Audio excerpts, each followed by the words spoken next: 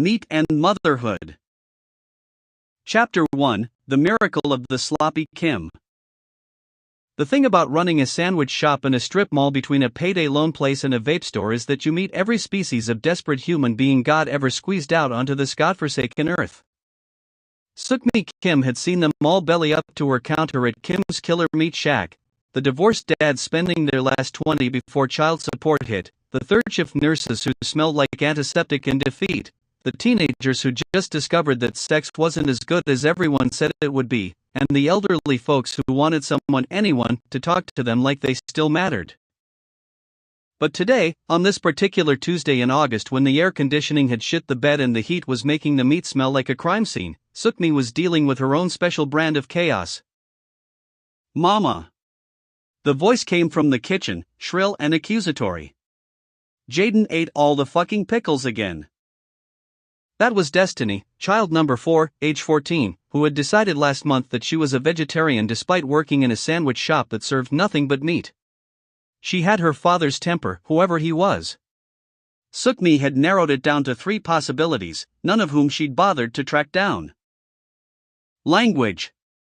Suk-Mi hollered back, not because she gave a shit about profanity but because a family of Mormons had just walked in, and Mormons, she'd learned, tipped better when you at least pretended to have standards. She slapped on her customer service smile, the one that made her look like she might actually enjoy being alive. "Welcome to Kim's Killer Meat Shack, home of the Sloppy Kim. What can I get you beautiful people today?" The Sloppy Kim was Suk-Mi's masterpiece, her Mona Lisa, her reason for existing in this vale of tears. She'd invented it during her 3rd pregnancy when she'd been craving something that didn't exist, the tangy, sloppy mess of a sloppy Joe, the savory looseness of a loose meat sandwich, but with her own twist, a Korean-style gochujang mayo, though she'd never been to Korea and had no interest in going, crispy fried onions, and this was the genius part, a layer of cream cheese that had no business being there but somehow made the whole thing sing like a choir of slightly drunk angels. People drove from 3 counties over for a Sloppy Kim. She'd been written up in the local paper. Some food blogger with 200,000 Instagram followers had called it an abomination that somehow tastes like America's ID made flesh. Suk-Mi had framed that quote and hung it over the cash register. 6 Sloppy Kims," the Mormon dad said, eyes darting nervously between Suk-Mi and the stained menu board. "And 6 waters?" "Water's free, honey." "And you want the regular or the XXX?" The Mormon mom's eyes widened. The dad coughed. What's the XXX?" "Same sandwich, but I add jalapenos, pepper jack, and a little something extra that'll make you see God. Fair warning though, it's called the XXX because it'll fuck you up 3 ways, going in, sitting in your stomach, and coming out the other end." The Mormon children giggled. Their mother looked like she wanted to speak to a manager. Suk-Mi was the manager. "Regular," the dad squeaked. As Suk-Mi rang them up, the front door banged open, and in walked her best friend since childhood, LaShonda Washington, carrying what appeared to be a designer handbag that definitely cost more than Suk-Mi's monthly rent. LaShonda's arms, withered and twisted from a childhood illness that doctors had given some name Suk-Mi couldn't remember, clutched the bag against her chest. People always stared. LaShonda always stared back harder. "Girl," LaShonda announced to the restaurant at large, "you are not going to believe what I just saw in the parking lot." "Hold that thought." Suk-Mi handed the Mormon dad his change. "Destiny. 6 regulars. And tell Jaden if he ate those pickles, he's buying more with his own money." "He's 9, Mama. He doesn't have money." "Then he better get creative." Suk-Mi turned back to LaShonda, who had somehow maneuvered herself onto a stool despite her arms, a feat of determination Suk-Mi had witnessed 1,000 times and still found impressive. LaShonda had been born with arthrogryposis, that was the word, which left her arms curled and small, the hands clenched like little pink lobster claws. It had never stopped her from doing a goddamn thing she wanted to do, which was one of the reasons Suk-Mi loved her. "So?" Suk-Mi prompted. So, LaShonda leaned in, her gold hoop earring swinging. "Your boy Marcus is out there in a suit." "A suit, Suk-Mi? When's the last time the child wore a suit?" "Marcus." child number 3, age 19. The good one. The one who gave her hope that maybe she hadn't completely fucked up this whole motherhood thing. He had a job interview at that investment firm downtown, Suk-Mi said, feeling a strange flutter in her chest that might have been pride or indigestion. Said he wanted to break the cycle or some shit. I told him nobody in our family's ever broken anything but promises and furniture. Well, he's out there on his phone, crying and laughing at the same time, so either he got the job or he's having a mental breakdown. Before Suk-Mi could respond, Marcus burst through the door, tears streaming down his face, a smile so wide it looked painful. Mama! Mama! He was practically levitating. I got it. I got the job. 60,000 a year, Mama. 60,000. With benefits. Health insurance, Mama. The whole restaurant turned to look. The Mormon smiled politely. LaShonda whooped. And Suk-Mi felt something crack open in her chest, something that might have been joy or terror, or the realization that one of her children might actually escape this place. That's my boy, she managed, her voice thick. That's my fucking boy. Marcus hugged her, lifting her off the ground despite being string bean thin, and for a moment, everything was perfect.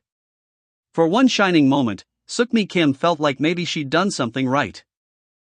That's when Destiny screamed from the kitchen. Not the annoyed scream or the angry scream, the other scream. The one that meant something was very, very wrong. Suk-Mi ran, LaShonda hobbling after her, Marcus frozen by the counter. In the kitchen, Destiny stood pressed against the wall, pointing at the back door. Little Jaden, age 9, missing front tooth, dinosaur t-shirt, stood in the doorway. His eyes were completely white, rolled back in his head. His mouth was moving, but the voice that came out wasn't his. It was deeper, older, wrong. The melons, not Jaden, said in that terrible voice. Tell Ricky the melons aren't melons. Tell him before the guns come. Tell him before they all come. Then Jaden blinked, his eyes rolled forward, and he looked around confused. Why's everyone looking at me weird? Suk-Mi's hands were shaking. This was the third time this month. The doctors said it was seizures. But Suk-Mi knew better. Her grandmother had been a Mudding back in Korea, not that Suk-Mi had ever met her or gave a shit about Korean mysticism, but she'd heard the stories. She knew what it looked like when someone saw things they shouldn't see. Jaden, baby, go sit down, she said quietly. But the pickles. Forget the damn pickles. She pulled out her phone with trembling fingers and scrolled to Ricky's number. Ricky. Child number 1, age 22. The one she tried not to think about too much. The one who called her once a month from different burner phones, always asking if she'd seen anyone watching the shop, always paranoid, always into something he wouldn't explain. The call went straight to voicemail. Ricky, she said, it's your mother. Jaden had another episode. He said something about melons that aren't melons and guns. I don't know what the fuck you're into, but... The back door exploded inward. Not opened. Exploded. And standing there, silhouetted against the late afternoon sun, was a man in a Hawaiian shirt holding what appeared to be several watermelons. Behind him, Suk-Mi could see at least 3 other men, all of them holding very large, very illegal-looking weapons. The man with the melons smiled. It was not a friendly smile. Suk-Mi Kim, he said pleasantly. We need to talk about your son. And these melons. Because I'm pretty sure these aren't full of fruit anymore. He dropped one. It hit the concrete and split open, and instead of red flesh and black seeds, there were bricks. Lots of bricks. Wrapped in plastic. Definitely not fruit. Oh, said LaShonda from behind her, this is not good. And that's when the shooting started. Chapter 2, Foreign Accent Syndrome and Other Disasters. The first bullet went through the rotating pie case, shattering Suk-Mi's last piece of cherry pie and embedding itself in the wall behind the register. The second bullet took out the framed abomination quote, which felt somehow more personally offensive than being shot at. Everybody down! Suk-Mi screamed, though most people were already scrambling under tables. The Mormon family had flattened themselves like they'd practiced for this, which maybe they had. Suk-Mi didn't know what Mormons did in their spare time. The man in the Hawaiian shirt, tropical flowers on a background the color of arterial bleeding, stepped fully into the kitchen, watermelon that wasn't a watermelon still in his hand.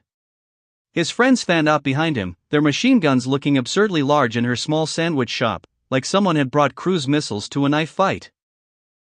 "Nobody has to die today," Hawaiian shirt said cheerfully. "We just need to know where Ricky is, and we'll be on our way. Simple transaction." "I don't know where my son is," Suk-Mi said, hands raised, her mind racing through every maternal failure that had led to this moment. "He doesn't tell me shit. We're not close like that." "That's unfortunate." Hawaiian shirt gestured with the melon. "Because these 20 kilos of heroin were supposed to go to Dallas. Instead, they ended up in Fort Worth. And your boy Ricky was supposed to make the switch in Garland, but he never showed. So now I'm out product, my boss is out patience, and you're the only leverage I got." LaShonda, still behind the counter, had somehow managed to hit the silent alarm with her foot, a maneuver Suk-Mi had watched her practice but never thought she'd need. The police would come. Eventually. In this neighborhood, eventually could mean anything from 5 minutes to never. "Look," Suk-Mi tried, "Ricky's an adult. I don't control him. I couldn't control him when he was 5, and I sure as hell can't control him now." That's when the front door opened. Everyone turned.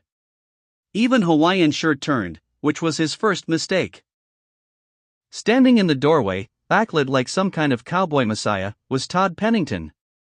Todd fucking Pennington, whom Suk-Mi had married in a Vegas chapel in 2017 after knowing him for approximately 72 hours, whom she divorced 31 days later when she realized he collected Victorian-era medical equipment as a hobby, and whom she hadn't seen since the day he'd moved his bone saws and chloroform bottles out of her garage. Todd was holding a gun. Not a machine gun like the bad guys, just a regular handgun, but he held it like he knew what he was doing. "Suk-Mi," Todd said calmly, "these gentlemen bothering you?" "Todd, what the actual fuck?" Hawaiian shirt swung his machine gun toward Todd. Todd shot him in the shoulder, not the chest, not the head, just the shoulder, precise as surgery. Hawaiian shirt screamed and dropped the melon brick. It rolled under a table where one of the Mormon children was hiding. The other 3 gunmen spun toward Todd, and that's when everything went to hell in a very specific way. Todd wasn't alone.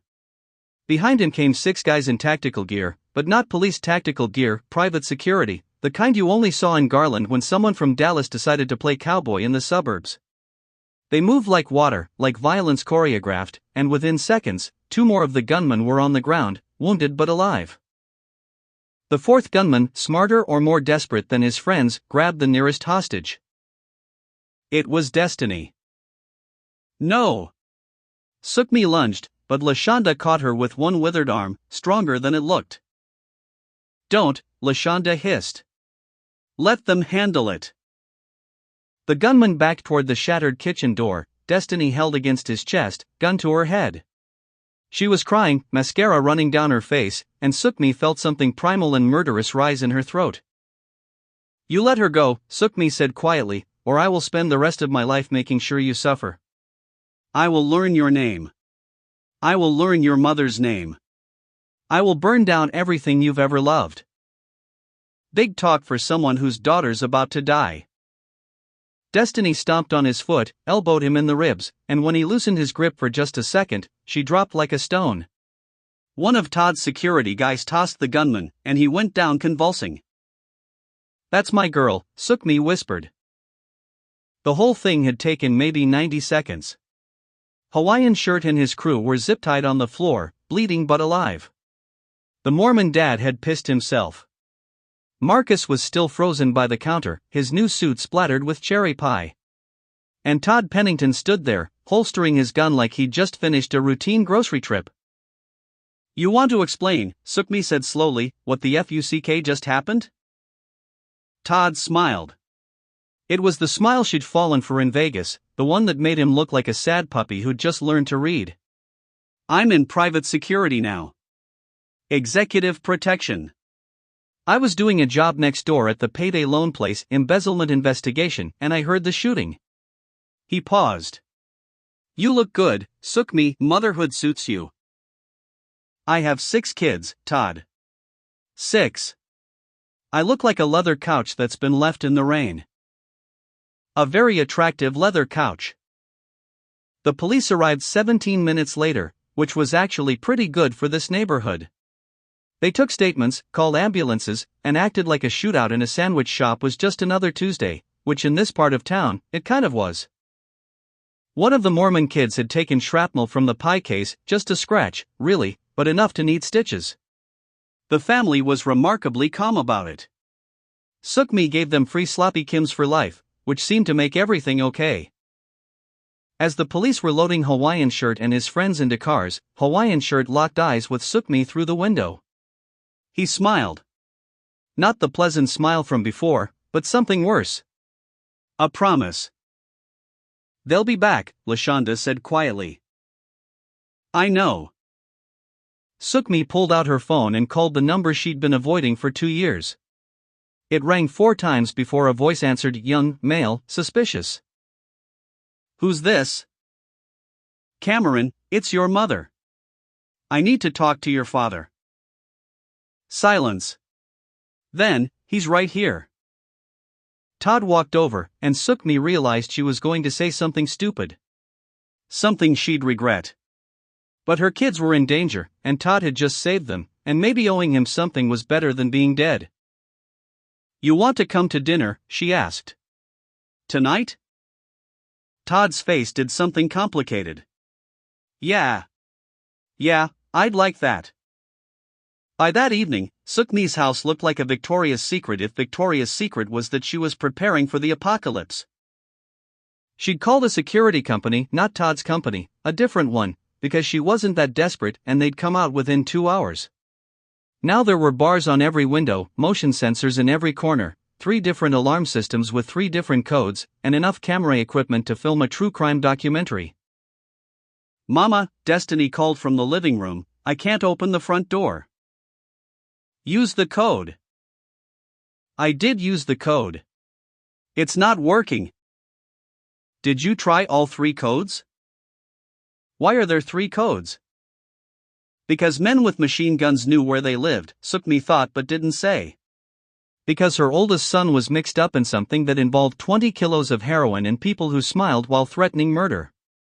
Because she'd failed as a mother in ways she was only beginning to understand.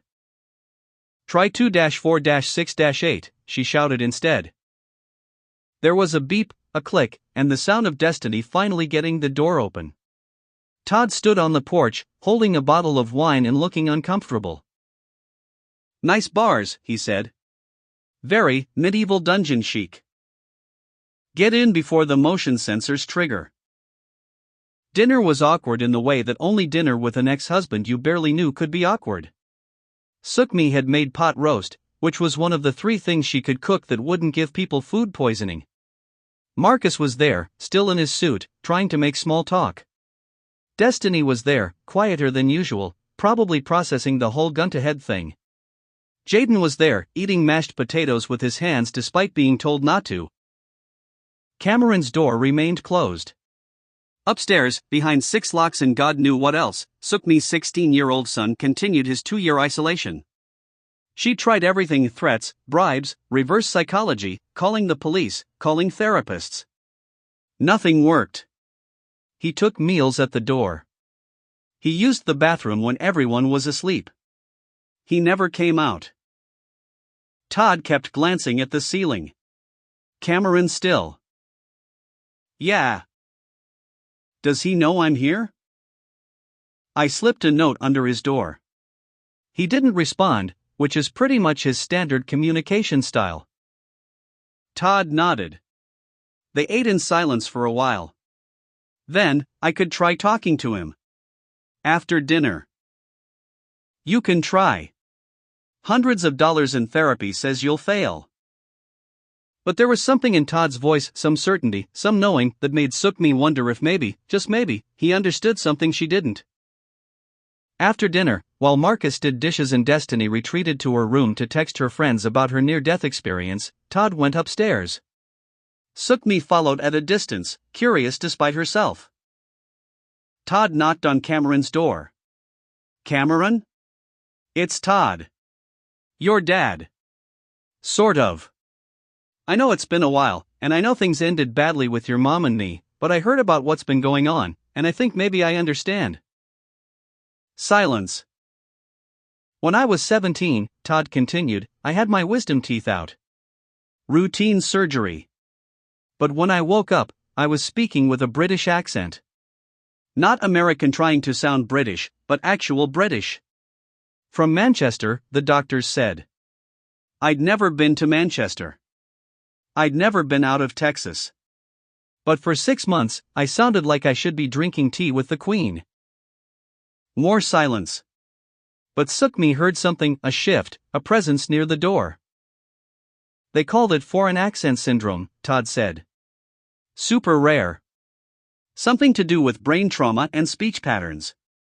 Eventually it went away, but during those 6 months, I didn't leave my room either. Because how do you explain to people that you went to sleep as Todd from Dallas and woke up as some British stranger? How do you explain that your own voice doesn't belong to you anymore? The door opened. Just a crack. Cameron's face appeared gaunt, pale, 2 years of avoiding sunlight evident in every feature. You too, he whispered. But the voice wasn't Cameron's voice from 2 years ago. It was higher, softer, with an accent that sounded vaguely Eastern European. You too, Todd confirmed gently. And just like that, Suk-Mi understood. Her son hadn't been isolating out of depression or anxiety or teenage weirdness. He'd been isolating because his voice had become a stranger's voice, and he didn't know how to exist in a world where he opened his mouth and someone else came out. We can work on this, Todd said. Together. It's not your fault. It's not anyone's fault. It just happens sometimes. Cameron's eyes filled with tears. He nodded, just a little, then closed the door again. But it felt different this time. Not a locking out, but a retreat before a forward motion. Progress, maybe. Downstairs, Suk-Mi leaned against the wall and tried not to cry. Lashonda had let herself in through the security system's chaos. She had all 3 codes and found Suk-Mi there. You okay, girl? I don't know. Maybe? Todd might have just fixed something I couldn't fix. Men, Lashonda said sagely, are occasionally useful for something besides child support and disappointment. They went to the kitchen where Todd was making tea, actual tea, in Suk-Mi's stupid novelty teacups shaped like kangaroos that she'd bought during a brief Australian phase. He handed her one, and they sat at her kitchen table with its new panic button installed underneath, just in case, and for a moment, everything felt almost normal. That's when Jaden wandered in, his eyes that strange white rolled back way again. The Dallas man knows about the trolleys, he said in that wrong voice. Tell Marcus the trolleys carry more than people. Tell him before Fort Worth finds out. Tell him before the wigwam burns. Then he blinked, normal again, and reached for a kangaroo teacup full of milk. Suk-Mi and Todd exchanged looks. I don't suppose your security company handles psychic children? Suk-Mi asked. That's outside my expertise. Marcus came in from the living room, his phone in his hand, his face ashen. Mama, I need to tell you something. Oh God. Not another disaster. Not tonight. The investment firm I'm working for? They sent me all this paperwork to fill out. Background checks, medical history, emergency contacts. He paused. They require STD testing. Full panel. And I tested positive for chlamydia. The silence that followed was broken only by Jaden slurping his milk. Okay, Suk-Mi said slowly. Okay. That's treatable. That's not a big deal. you take antibiotics, you get better, you tell your partners. Partner, Marcus corrected miserably. Just one. And they're going to kill me when I tell them. They? Todd looked confused. Yes, they. River uses they/them pronouns. And they're going to be so mad, and I don't know how to tell them, and what if they break up with me, and... Marcus. Suk-Mi took his hand. Baby. If River breaks up with you because you got an STD, which happens to almost everyone at some point, by the way, then River isn't worth your time. You tell them, you get treated, you move forward. That's it. But what if? No what ifs.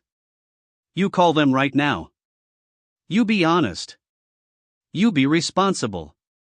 And if they can't handle that, fuck them. She paused. Not literally. Don't fuck them until the chlamydia clears. But you know what I mean. Marcus laughed despite himself, pulled out his phone, and stepped outside to make the call. Through the window, Suk-Mi watched him pace nervously, then start talking, then sit down on the porch steps in relief. It was going to be okay. That, at least, was going to be okay. Destiny appeared in the kitchen doorway, holding her laptop. Mama, people are posting about the shooting. It's all over Instagram. Someone filmed it. We're kind of famous. Wonderful. That'll help when the drug dealers come back. Actually, Destiny said slowly, it might. Look at the comments. People are saying they're going to boycott anyone who messes with our shop. They're organizing protests. Someone started a GoFundMe to replace the broken stuff. We're at like $12,000 already. Suk-Mi looked at the screen. Hundreds of comments. Thousands of shares.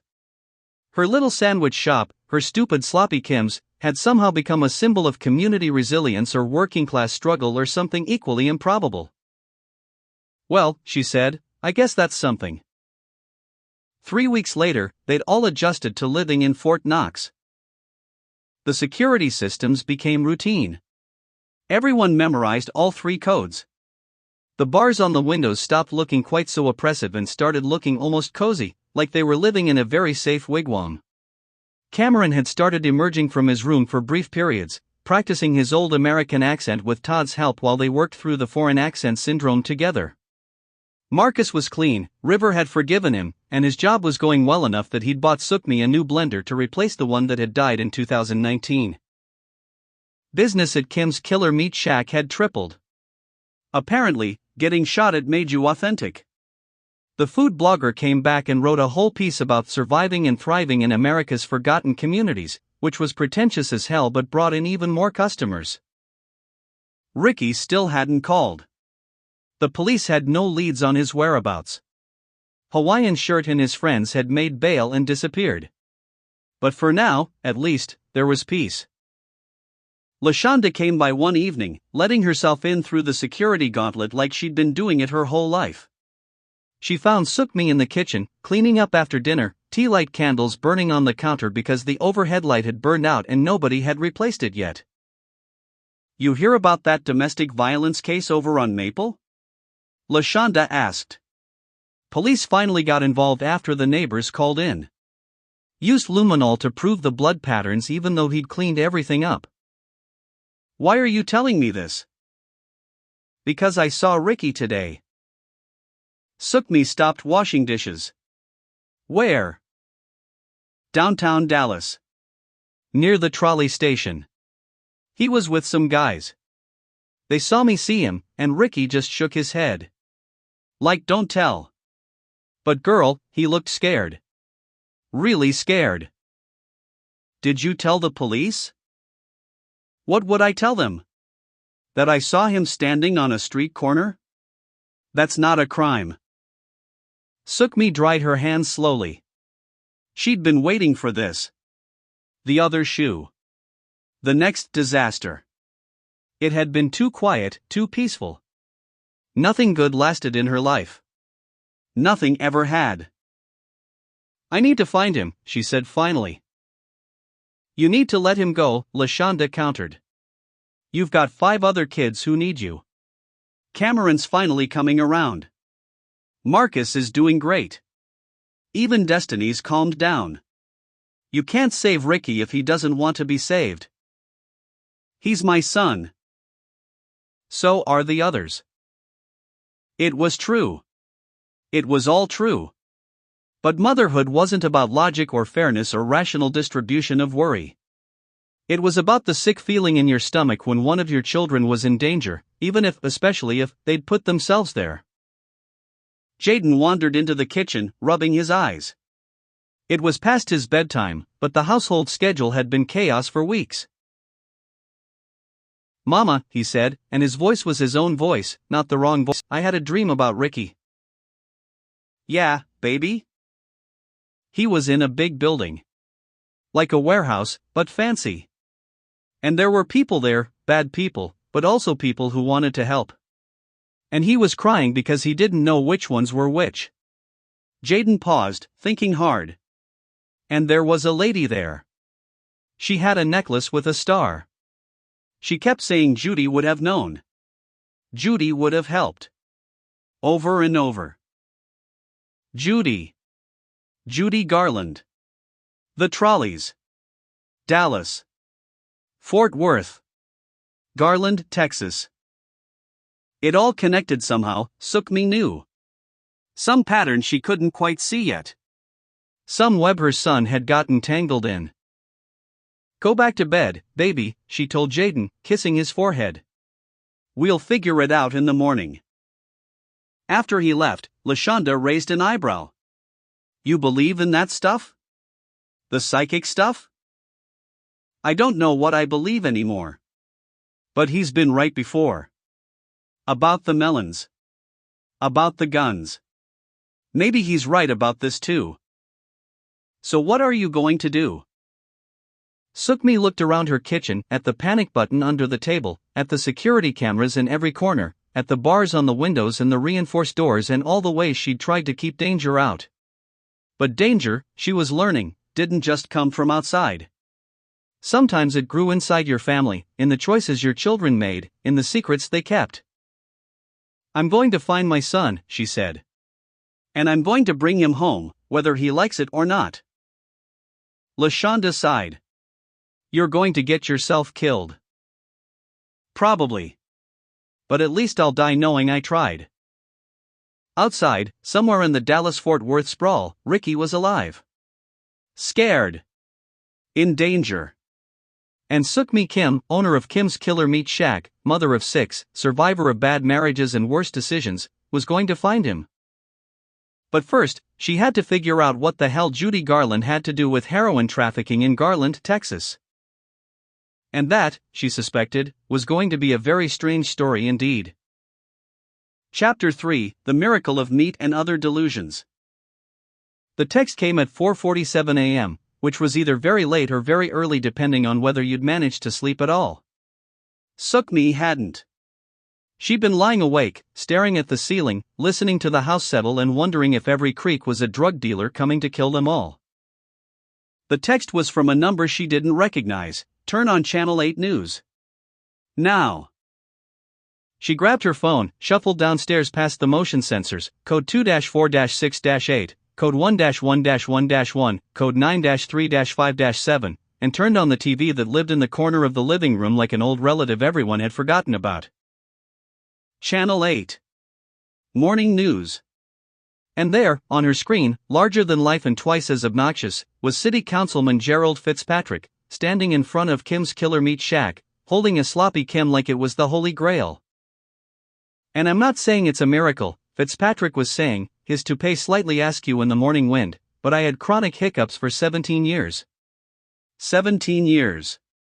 I tried everything: acupuncture, hypnosis, that thing where you drink water upside down. Nothing worked. Then I ate one of Suk-Mi Kim's sandwiches, and within 24 hours, the hiccups were gone. Completely gone.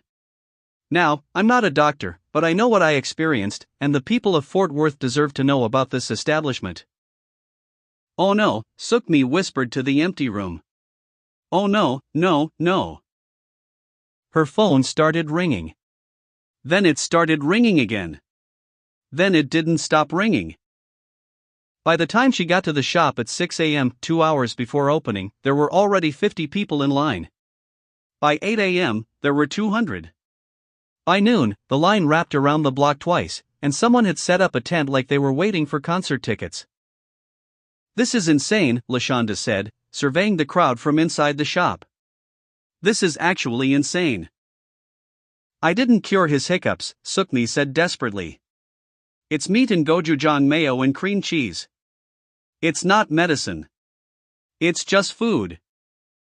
But nobody cared what it was. They cared what they thought it was.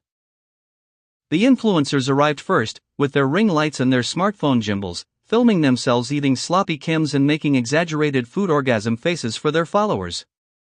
"OMG you guys, this is literally the best thing I've ever tasted. Link in bio for my detox tea that definitely isn't giving me diarrhea." Then came the health nuts, demanding to know exactly what was in the meat mix, whether it was organic, whether it was grass-fed, whether Suk-Mi had blessed it under a full moon while chanting Sanskrit mantras. "It's ground beef from Costco," Suk-Mi told them flatly. "That's it. That's the secret."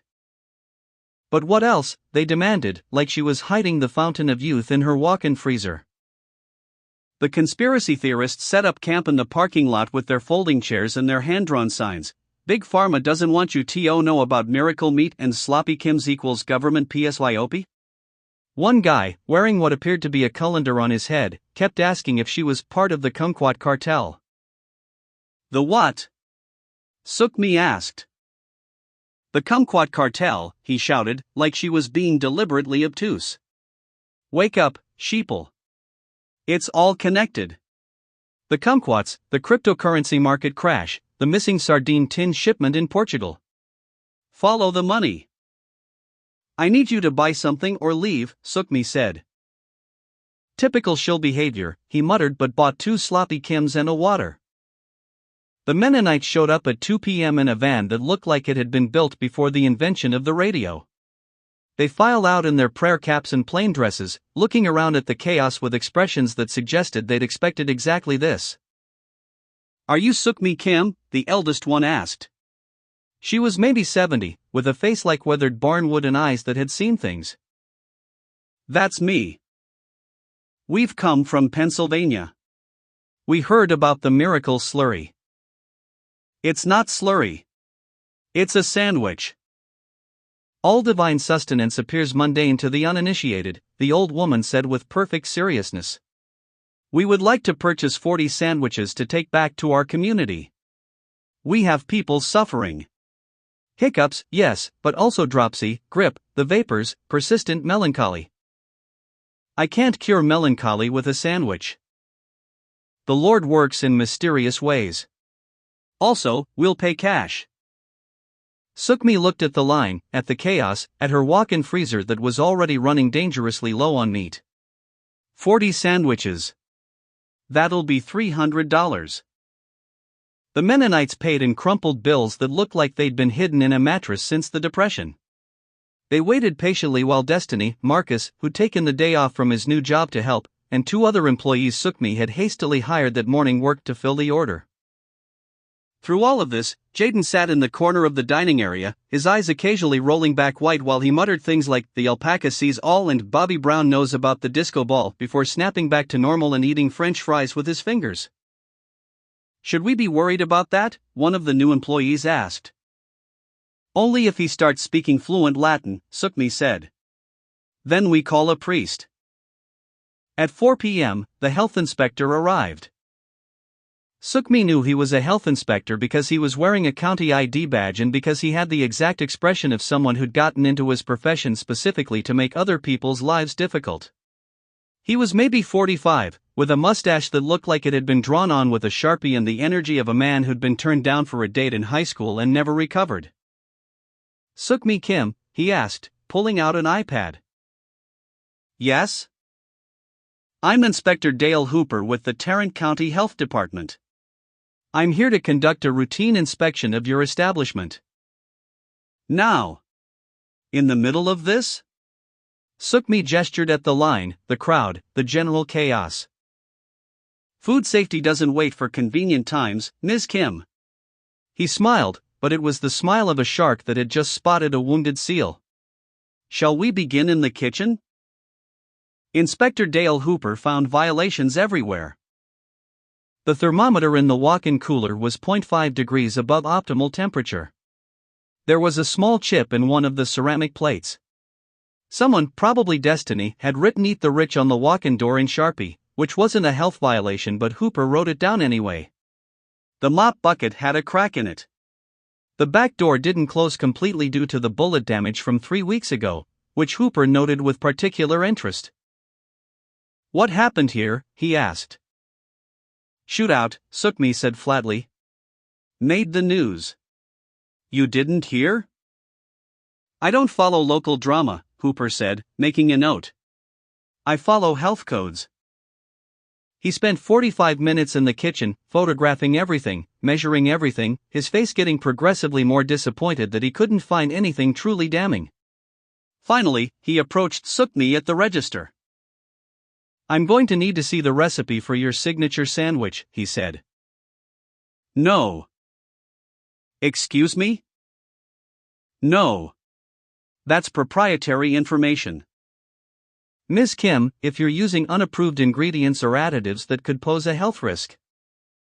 It's ground beef, gochujang mayo, cream cheese, and fried onions on a brioche bun. That's it. Nothing in there that needs FDA approval. Then you won't mind showing me the exact measurements and preparation method. I absolutely will mind. That's my livelihood. That's what makes this place special. Hooper's eyes narrowed. Ms. Kim, I could shut you down right now for the violations I've already found. 0.5 degrees on a thermometer and a chipped plate? Try it. I've got 12,000 Instagram followers now and a GoFundMe with $18,000. You shut me down, and it'll be on the news by dinner time. Local inspector crushes small business owners' dreams over minor technicalities. Great look for the county. They stared at each other. Hooper blinked first. I'll be back, he said. And next time, I'll find something real. Can't wait, Suk-Mi said sweetly. After he left, LaShonda appeared at her elbow. That man's going to be a problem. That man's going to try to be a problem. There's a difference. He had the look, Suk-Mi. The vendetta look. Like you personally wronged him somehow. I've never seen him before in my life. Doesn't matter. Some people just wake up and choose violence.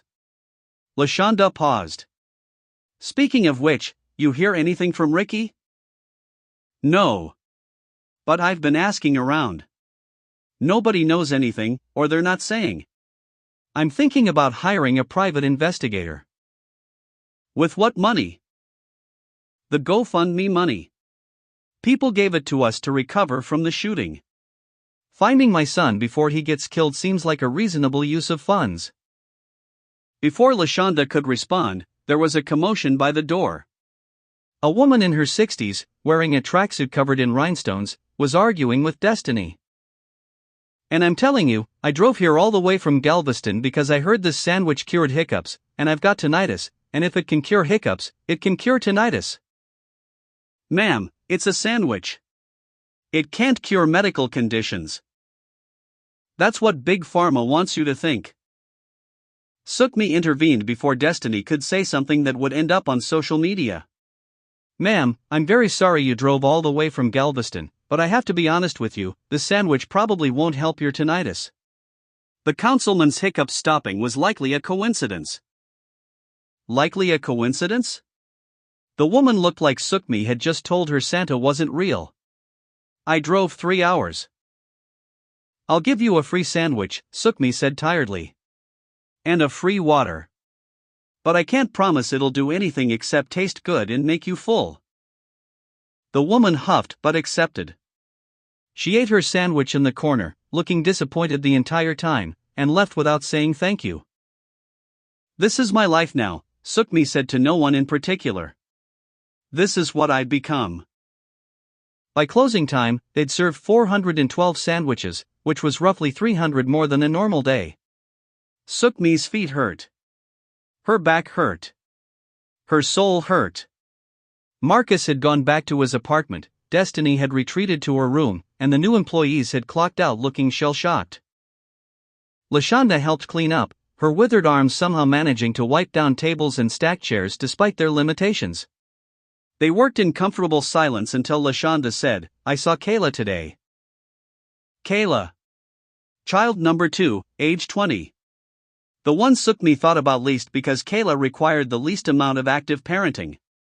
Kayla had always been independent, self-sufficient, weirdly well-adjusted for someone raised in this family. Yeah? How is she? She got a job. That's great. Doing what? Lashonda paused in her wiping. You're going to want to sit down. Lashonda, I've been standing for 12 hours. I'm not sitting down unless someone's dead. She's working at Books and More. The bookstore on Suk-Mi stopped. Books and More. She knew that place. Everyone knew that place. It wasn't just a bookstore. It was an adult bookstore. With the arcade in the back. The arcade with the little booths and the coin slots and the things that happened in those booths that Suk-Mi did not want to think about, especially in relation to her daughter. No, Suk-Mi said. Yes. Absolutely not. She's 20, Suk-Mi, legal adult. Can make her own choices. Terrible choices. Choices that will haunt her. Choices involving, Suk-Mi lowered her voice even though they were alone, involving fluids and strangers and situations. She says it pays $15 an hour plus tips. Tips? Tips for what? She works the register, Suk-Mi. She checks people out. Literally checking them out at a cash register, not the other kind of checking out. Calm down. But Suk-Mi was already pulling out her phone, dialing Kayla's number. It rang 4 times before going to voicemail. She tried again. Voicemail. 3rd time, Kayla picked up. Hi, Mama. Books and More? Really? That's what we're doing now? It's a job. A good job. Better than retail. It is retail. Retail for perverts. Sex-positive individuals, Mama. And I just work the register. I don't do anything weird. I scan barcodes and take money. That's it. Kayla, do you know what happens in the back of that place? I'm 20 years old. I know what happens everywhere. And honestly, it's cleaner than most places. They have standards. The guy who owns it is super nice. He gives us health insurance. Oh, well, as long as there's health insurance for your employment at the pornography emporium. I'm going to hang up now, Mama. I love you. Come visit me at work sometime. We have a really nice selection of massage oils. She hung up. Suk-Mi stood there, phone in hand, having an out-of-body experience. My daughter works at a porn shop. Your daughter has a job with benefits in this economy, Lashonda corrected. Count your blessings. I'm not counting shit. But she was too tired to be properly angry, and besides, there were more pressing problems. Like finding Ricky. Like dealing with Inspector Hooper's obvious vendetta. Like figuring out what to do with the crowd that would undoubtedly return tomorrow, all of them hoping for miracles that ground beef and cream cheese couldn't provide. She locked up the shop, all 3 locks, all 3 alarm codes, and drove home in her 2012 Honda Civic that smelled like old French fries and broken dreams. The house was quiet when she got there. Cameron's door was closed but unlocked now, which was progress. Jaden was asleep on the couch, having fallen asleep watching a nature documentary about alpacas. Suk-Mi stood there watching him sleep, the strange child with his stranger gifts. The alpaca sees all, he'd said earlier. What did that even mean?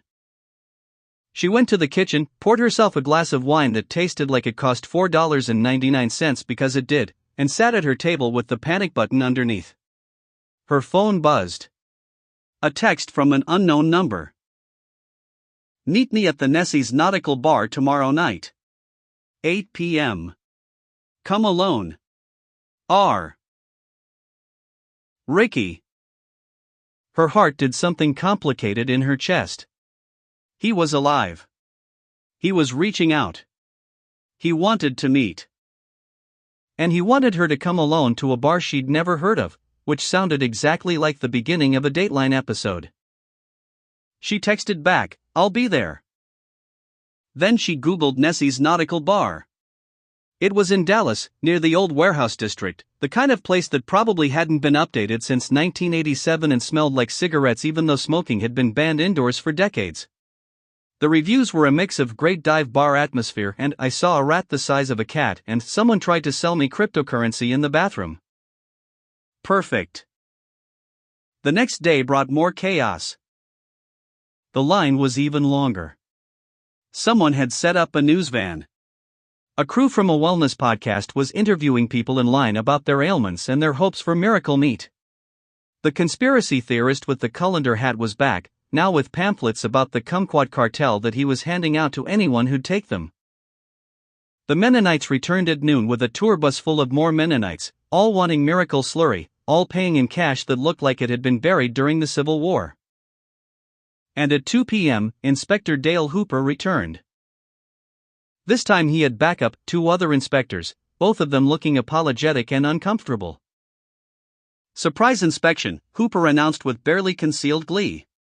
"My colleagues and I will be conducting a thorough review of your establishment, including food storage, preparation methods, and," he paused dramatically, "investigating claims that you may be using unapproved additives or substances that could constitute a health risk." "You mean the hiccup cure thing," Suk-Mi said flatly. "You're here because of the hiccup cure thing. I'm here because it's my job to ensure public safety." The other 2 inspectors looked at each other. One of them, a younger guy with kind eyes, mouthed sorry at Suk-Mi when Hooper wasn't looking. They spent 3 hours taking apart her kitchen. They swabbed surfaces, they tested temperatures, they took samples of everything: the meat, the mayo, the cream cheese, the onions, the buns. Hooper even tried to take a sample of the secret seasoning, which was literally just salt, pepper, and garlic powder mixed together in ratios Suk-Mi had figured out through trial and error. "This is harassment," Suk-Mi said after hour 2. "This is due diligence," Hooper countered. Finally, they finished. Hooper approached with his iPad and a smile that could curdle milk. "We'll be sending these samples to the county lab for analysis," he said. "If they find anything at all, that violates health codes, I'll be back with a closure order." "Cool. Can't wait. Please leave now." After they left, one of the new employees, a college kid named Brandon who was working his way through community college, approached Suk-Mi hesitantly. Ms. Kim? I think I know why that guy hates you." "I've never met him before." "No, but I looked him up on Facebook." "His ex-wife?" "She left him for a Korean guy. Like, a really good-looking Korean guy who owns a chain of successful restaurants. There are pictures of them in Paris, in front of the Eiffel Tower, looking super happy. And Inspector Hooper looks not happy in his profile picture. He looks like a man whose wife left him for someone who makes better food and has better hair." Suk-Mi stared at Brandon. "So he's taking it out on me because I'm half Korean and own a food establishment?" "I mean, I'm not a psychologist, but, yeah, probably." "Men are garbage," Lashonda said from behind the counter. "Most men are garbage," Suk-Mi amended. "Todd's been pretty decent lately. He's been helping Cameron. They're making real progress with the accent thing. One decent man doesn't disprove the general thesis." At 6 p.m., Suk-Mi closed up early. She told the remaining people in line that they were out of meat, which was almost true. She had enough for maybe 20 more sandwiches, but she needed to prep for tomorrow, and she needed to get ready to meet Ricky. She went home, showered, changed into clothes that weren't covered in meat grease and existential despair, and stood in front of her closet trying to figure out what one wore to potentially get murdered by drug dealers at a nautical-themed dive bar. Destiny appeared in her doorway. "You going somewhere?" "Meeting your brother." "Which one? The psychic, the voice-changing one, the successful one, the porn shop one, or the drug-dealing one?" "The last one." "Want me to come?" He said come alone. "That's how people get killed, Mama. That's literally how every murder documentary starts." "I'll be fine. I'm taking my pepper spray." "Pepper spray doesn't stop bullets." "Then I guess I better hope they're not shooting." Suk-Mi grabbed her purse, checked for her pepper spray, her phone, her emergency whistle that she'd bought on Amazon and never used. "If I'm not back by midnight, call Todd." "Why Todd?" "Because he has guns and a security team, and your other fathers are useless." She paused. "Actually, call Todd anyway. Tell him where I'm going. Just in case." She kissed Destiny's forehead and headed out into the warm Texas evening, past all the security measures, all the alarms and bars and cameras that were supposed to keep danger out but couldn't do anything about the danger she was voluntarily driving toward. Nessie's Nautical Bar looked exactly like its Yelp reviews suggested, questionable, vaguely damp, and possibly haunted by the ghosts of bad decisions past. The outside was decorated with fishing nets, plastic lobsters, and a faded mural of what might have been the Loch Ness Monster but looked more like a green blob having an identity crisis.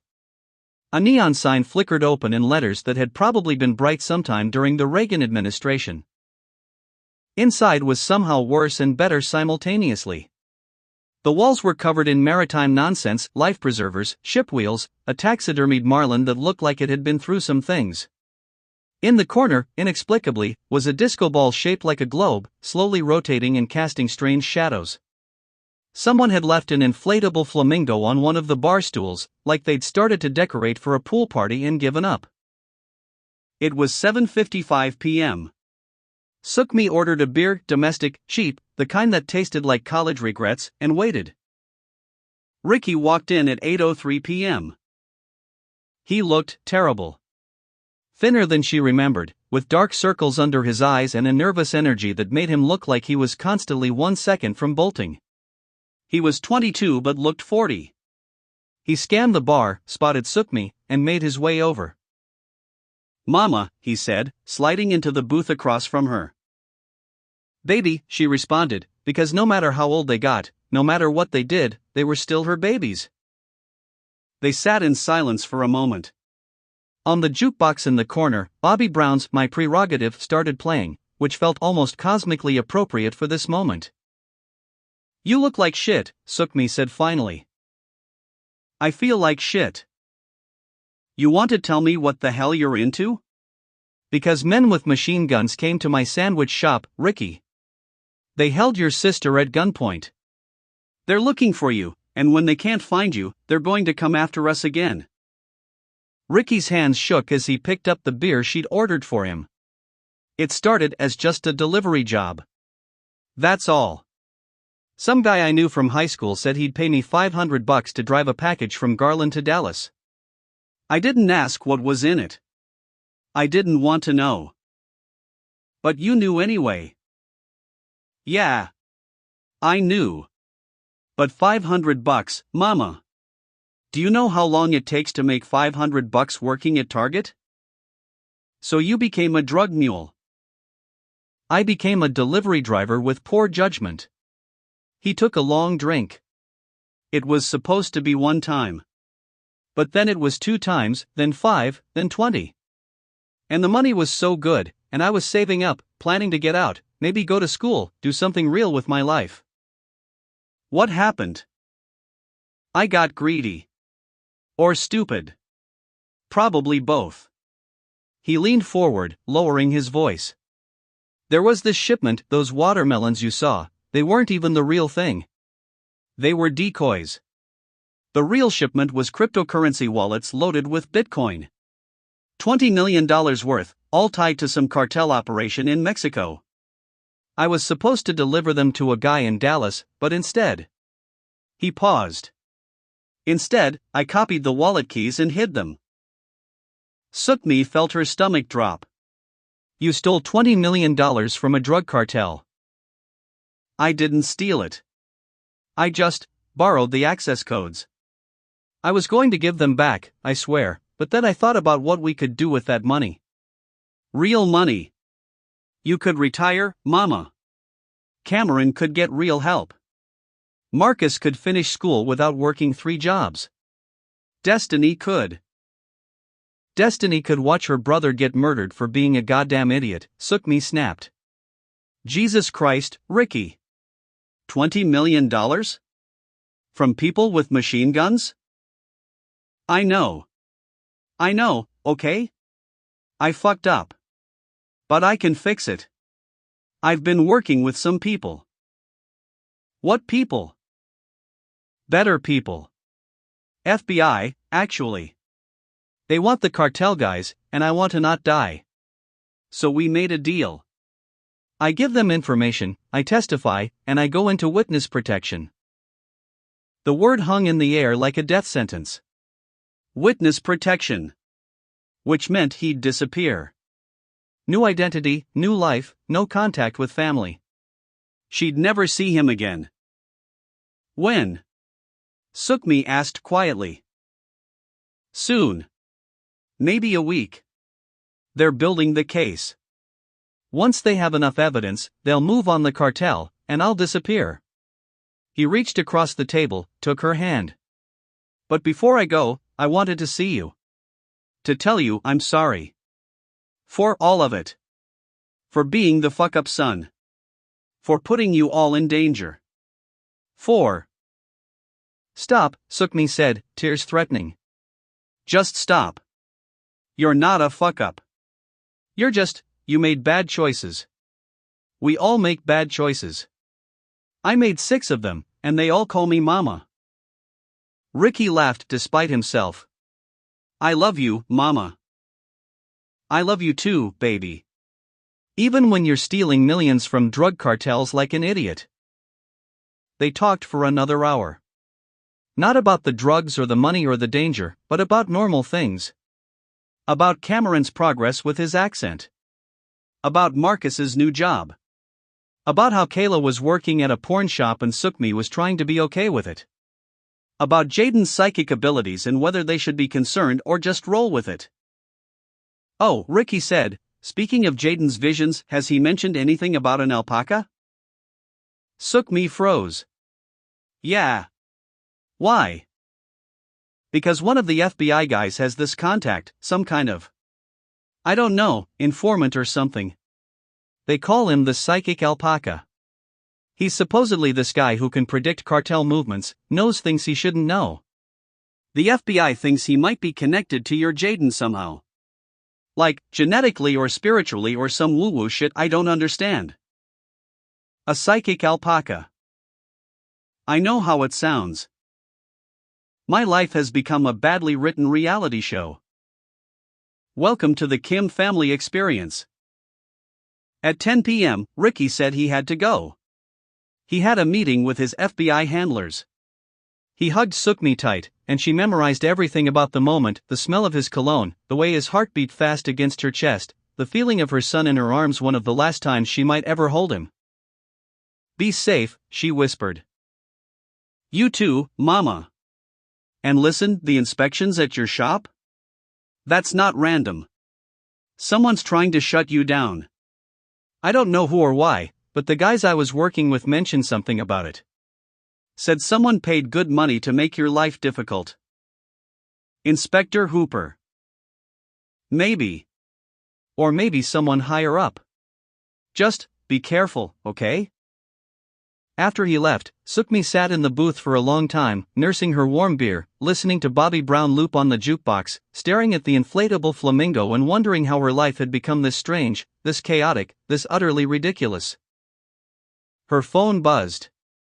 A text from Destiny. Todd says to tell you he's parked outside the bar and has been this whole time. He says you're welcome. Despite everything, Suk-Mi smiled. Maybe not all men were garbage. Maybe some of them were just ex-husbands with security training and boundary issues and a weird persistent kindness that they didn't know how to express directly. She paid her tab, walked outside, and found Todd's car parked across the street. He waved. She waved back. And together, separately but somehow together, they drove home through the Dallas night, past the neon and the chaos and all the broken beautiful things that made up this life. The next morning, the health department called. Suk-Mi answered on the third ring, already bracing for bad news. Ms. Kim? This is Director Patricia Chen from the Tarrant County Health Department. I'm calling about the samples Inspector Hooper submitted from your establishment. Let me guess. He found trace amounts of hope and classified it as a controlled substance. There was a pause, then a small laugh. Actually, Ms. Kim, that's why I'm calling. Inspector Hooper has been placed on administrative leave pending an investigation into his conduct. I'm sorry, what? His samples came back completely clean. Nothing even remotely questionable. But when we reviewed the case file and his previous inspections, we noticed a pattern. He's been targeting establishments owned by Asian Americans, specifically Korean Americans, and manufacturing violations or exaggerating minor issues. Your complaint, combined with others we've received, has triggered an internal review. Suk-Mi sat down slowly. So I'm not in trouble? You were never in trouble, Ms. Kim. Your establishment meets or exceeds all health codes. Inspector Hooper was pursuing a personal vendetta, and that's completely unacceptable. On behalf of the department, I apologize. After she hung up, Suk-Mi sat in her kitchen and laughed. Actually laughed. A real laugh, not the bitter kind or the desperate kind, but the kind that came from somewhere genuine and surprised. One problem solved. Only about 47 more to go. LaShonda came over that afternoon, letting herself in through all the security theater, and found Suk-Mi making her famous sloppy Kim mix in industrial quantities. You're smiling, LaShonda observed. That's concerning. Are you having a breakdown? The opposite. I think things might actually be okay. For now. Maybe. Ricky? Alive. Talking to the FBI. Going into witness protection soon. Cameron? Getting better. Talking more. His accent's less Eastern European, more just generically neutral American. Marcus? Thriving. His job's going great. His STDs cleared up. River's apparently wonderful. Kayla? Working at a porn shop, but with benefits, so I'm choosing my battles. Destiny? Traumatized but resilient. Therapy's helping. Jaden? Still psychic. Apparently connected to some FBI informant called the psychic alpaca. I don't have the energy to unpack that. LaShonda nodded, processing all of this. Then, and you? Suk-Mi thought about it. Her sandwich shop was more popular than ever, even if it was for stupid reasons. Her son was alive and trying to make things right. Her other kids were figuring out their lives in their own messy ways. She had an ex-husband who drove around protecting her from a distance. She had a best friend who broke into her fortress house just to check on her. I'm tired, Suk-Mi said finally. But I'm okay. Which is more than I usually am. I'll take it. They worked together in comfortable silence, making sandwiches for the crowd that would inevitably arrive tomorrow, preparing for whatever fresh chaos the universe decided to throw at them next. Because this was life. This was family. This was running a small sandwich shop in a strip mall between a payday loan place and a vape store, trying to make enough money to survive while also raising 6 kids by 5 different fathers while also dealing with drug cartels and health inspectors and the persistent belief that ground beef and cream cheese could cure chronic hiccups. It was ridiculous. It was exhausting. It was occasionally wonderful. It was, Suk-Mi thought as she mixed her secret seasoning that wasn't even secret, exactly what she'd signed up for when she decided to keep that first pregnancy 22 years ago. Maybe not specifically the cartel stuff or the psychic alpaca stuff, but the general chaos of loving people who made terrible decisions while also making terrible decisions yourself and somehow, miraculously, surviving it all. Her phone buzzed. Another unknown number. She almost didn't answer, but something made her pick up. Suk-Mi Kim? The voice was female, older, with an accent that might have been Scottish. This is Moira Campbell from the BBC. We're doing a documentary about American food phenomena, and we'd love to feature your establishment. We're calling it Miracle Meat, the sandwich that cured America. Would you be interested in participating? Suk-Mi looked at Lashonda. Lashonda raised an eyebrow that said absolutely not, and this is going to be a disaster, and but Alu, we need the money, so you're probably going to say yes. How much does it pay? Suk-Mi asked. We'd offer $5,000 for filming rights and your participation in interviews. $5,000. That was the down payment on a new industrial freezer. That was Cameron's therapy for 6 months. That was Marcus's student loans for a semester. That was Destiny's braces she desperately needed but Suk-Mi couldn't afford. When would you need to film? We're thinking next month. We'd need about 3 days of access to your establishment and your family. My family's off limits, Suk-Mi said immediately. You can film the shop. You can interview me. But my kids stay out of it. There was a pause. We were hoping to capture the full story. The single mother, the 6 children, the American dream. The American dream doesn't include my children's faces on BBC without their consent. Shop and me, or no deal. Another pause. Let me consult with my producer and call you back. She hung up. Lashonda was grinning. What? Suk-Mi asked. You're getting good at this. Setting boundaries. Protecting your people. Demanding respect. I'm 41 years old. It's about damn time. The BBC called back 20 minutes later and agreed to her terms. Filming would start in 3 weeks. Suk-Mi would need to sign releases, provide insurance information, and prepare for what Moira Campbell called a deep dive into your fascinating establishment and the cultural phenomenon you've created. I made a sandwich, Suk-Mi told Lashonda after hanging up. I made a sandwich with cream cheese in it because I was pregnant and craving weird shit. Now the BBC wants to make a documentary about it. White people love discovering things that other people have known about forever and acting like they invented it, Lashonda said sagely. Just smile, take their money, and don't let them pronounce gochujang. That night, after closing up the shop routine now, almost muscle memory, 3 codes, and 6 locks and 2 alarm systems, Suk-Mi drove home past the construction on Highway 121, past the new Target and the old abandoned Toys R Us that had been empty since 2018, past all the landmarks of her life in this corner of Texas that she'd never meant to stay in but somehow never left. Cameron was in the living room when she got home, watching TV with Todd. They were watching something about deep-sea creatures, and Cameron was narrating in his regular voice, still a little uncertain, still finding its way back to him, but there. Present. His. And that's a blobfish, Cameron was saying. They look weird because of the pressure change when they're brought to the surface. In their natural habitat, they actually look pretty normal. Like people, Todd said. Take them out of their environment and they fall apart. Exactly. Suk-Mi stood in the doorway, watching this moment between her son and her ex-husband, this quiet healing happening in her living room with the security cameras recording it all. She thought about Ricky, who'd be gone soon into a life she couldn't follow. She thought about Marcus with his new job and his pronouns and his partner named River.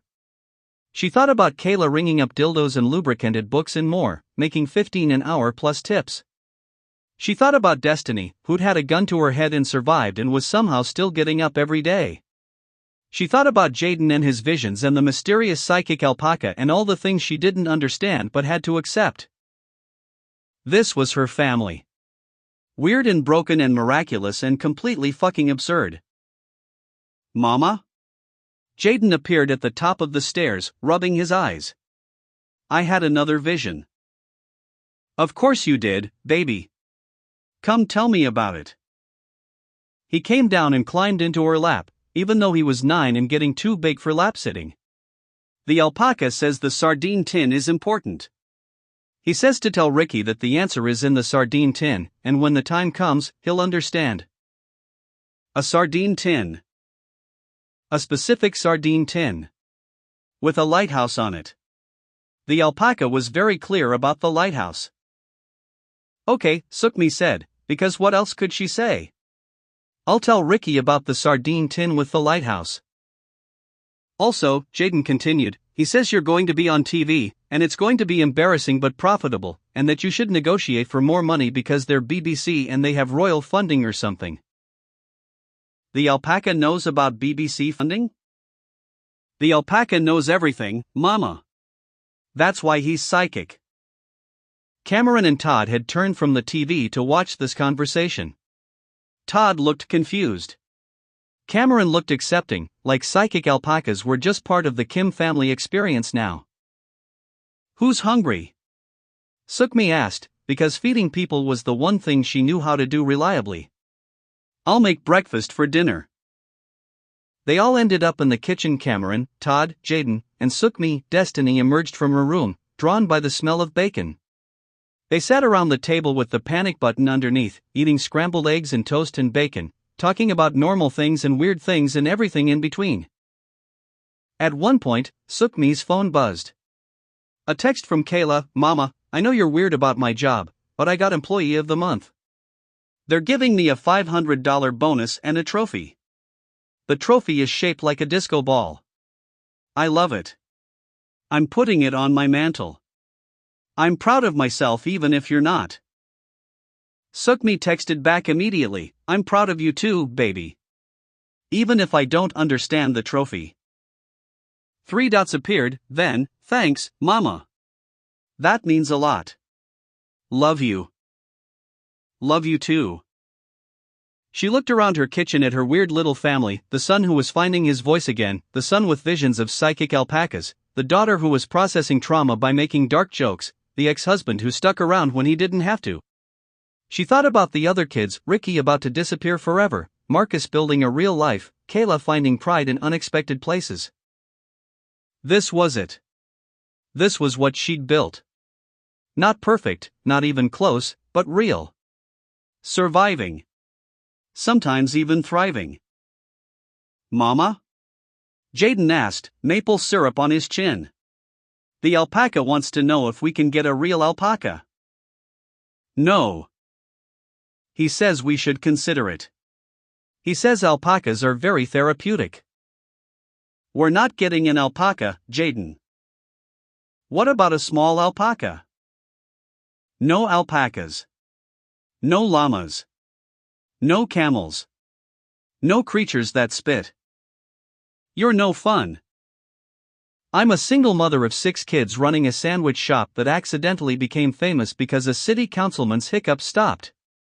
Fun is not in my job description. Todd laughed. It was a real laugh, the kind she remembered from Vegas, from those 72 hours when everything had seemed possible before reality set in. What? She asked. Nothing. Just, this is nice. This. He gestured around the table. Family dinner. Even if the family is unconventional and there's a panic button under the table and half the conversation is about psychic alpacas. Especially because of those things, Cameron added quietly. It was one of the longest sentences he'd volunteered in months. They finished dinner. Todd helped clean up, then said his goodbyes. He had an early security job in the morning, something about protecting a celebrity who was filming in Dallas. As he left, he hugged Suk-Mi just briefly, just a moment, and said, "You're doing good, Suk-Mi. With all of it. I know it doesn't feel like it, but you are." After he left, after the kids went to their various rooms to do their various teenage things, Suk-Mi sat alone in her kitchen and let herself feel it. The exhaustion, yes, but also something else. Something that might have been satisfaction or accomplishment, or just the knowledge that she'd survived another day and would probably survive the next one too. Her phone buzzed one more time. "Ricky, Mama, I need you to do something weird. There's a sardine tin in the back of my old closet. It has a lighthouse on it. Inside are USB drives with all the cryptocurrency wallet information. Give them to the FBI contact I'm sending you. It'll help their case and keep you all safe. And Mama? Thank you. For everything. For not giving up on me even when you should have." Suk-Mi stared at the message. The sardine tin. The fucking sardine tin that Jaden's psychic alpaca had mentioned. She texted back, "I'll find it. I love you. Be safe." Then she went upstairs to Ricky's old room, the room he'd left when he moved out at 19, the room she'd kept mostly intact like a shrine to better times.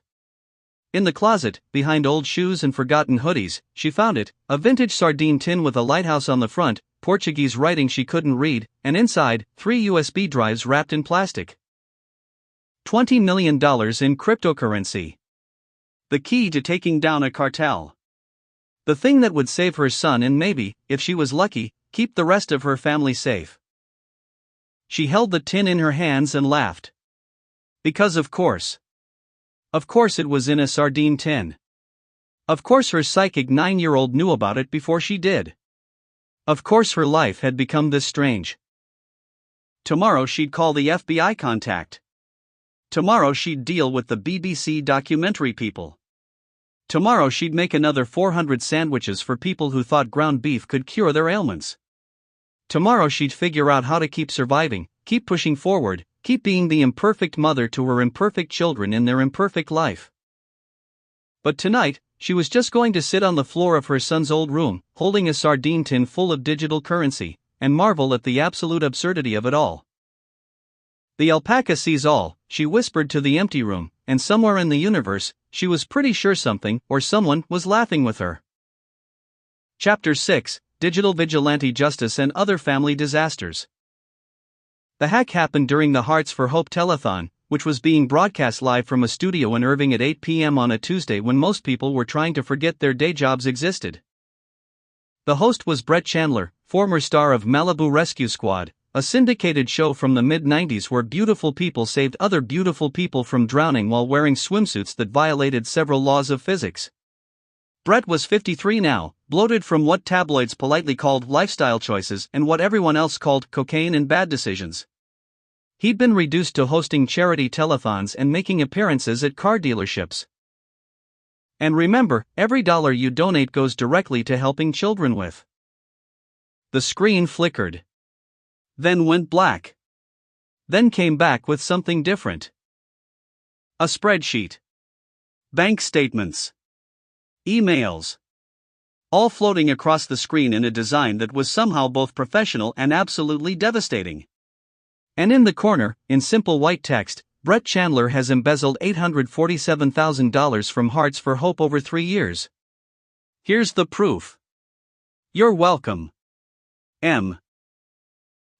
Marcus? No, Marcus was barely competent with Excel, let alone high-level hacking. Suk-Mi was watching at home, halfway through a microwave burrito that tasted like disappointment, when her phone started blowing up. LaShonda, girl.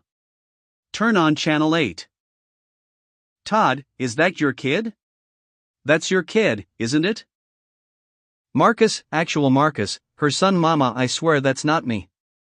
I don't know how to hack anything. I can barely work the office printer. And then, from Destiny's phone, which was sitting on the kitchen counter, Mama, I need you to not be mad. Suk-Mi walked to Destiny's room. The door was closed. She knocked. Baby? You want to explain what just happened on live television? The door opened. Destiny stood there looking defiant and terrified simultaneously, her laptop open behind her, code still running across the screen. His real name is Brett Chandler Schmidt, Destiny said without preamble, but he spells it like BRETCHNDLR-SCHMIDT, which is already a red flag because people who spell their names weird when they could just spell them normal are hiding something. And he was stealing money from sick kids, mama. Sick kids. Someone had to do something. So you hacked a live television broadcast. I exposed a criminal. By committing a crime. A crime that helps people.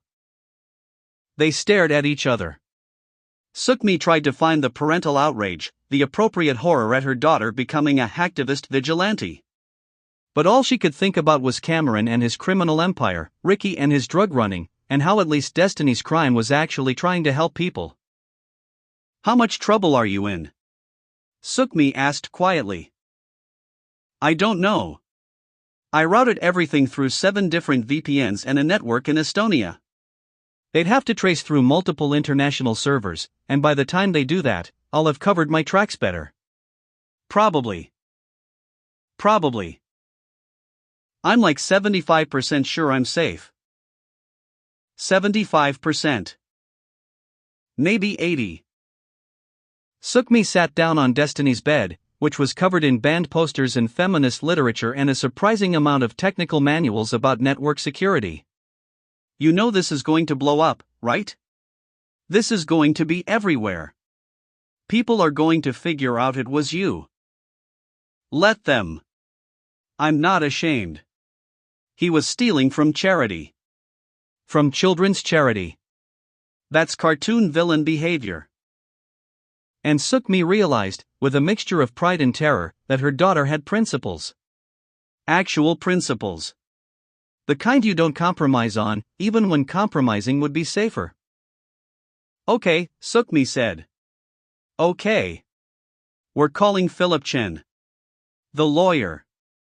Right now. Before the police show up. You're not mad? I'm furious. I'm also proud. I'm also terrified. I'm feeling about 17 things at once and none of them are simple. Now get your laptop, screenshot everything you did, and prepare to explain it to a lawyer who's going to tell us exactly how screwed you are. By morning, Destiny was a folk hero to half the internet and a domestic terrorist to the other half. Hashtag Destiny Kim was trending on Twitter. Reddit had multiple threads analyzing her hack. TikTok was full of videos either praising her courage or condemning her lawlessness. The news was calling her everything from digital vigilante to teenage anarchist to the hero we need. Brett Chandler had been arrested. The embezzlement was real, documented, undeniable. But that didn't change the fact that Destiny had committed multiple felonies to expose it. Philip Chen, the lawyer, was less optimistic than he'd been about Cameron. She's got a better moral case, he said over the phone. Whistleblower status, public interest, all of that. But she's also hacked a live television broadcast, accessed private financial records without authorization, and exposed information that, while accurate, was obtained illegally. If they want to prosecute, they can. If they want to make her a symbol, they can. What do I do? Suk-Mi asked. Keep her quiet. Don't let her do any interviews. Don't let her post anything else online. And pray that the public opinion stays on her side, because that's her best defense right now. Destiny lasted approximately 6 hours for doing an interview with a YouTuber who had 3 million subscribers. Suk-Mi watched it from the sandwich shop, her blood pressure rising with every word. I'm not sorry, Destiny was saying to the camera. I'd do it again. People with power and money think they can steal from the vulnerable and get away with it. But there are consequences. There should always be consequences. Brave or stupid, the YouTuber asked. Both. Definitely both. The interview had 800,000 views in 2 hours. And then the phone call came. Ms. Kim? This is Rachel Winters from Dallas Today. We'd love to have you on the show tomorrow to discuss your daughter's actions, your parenting philosophy, and how you've managed to raise such interesting children.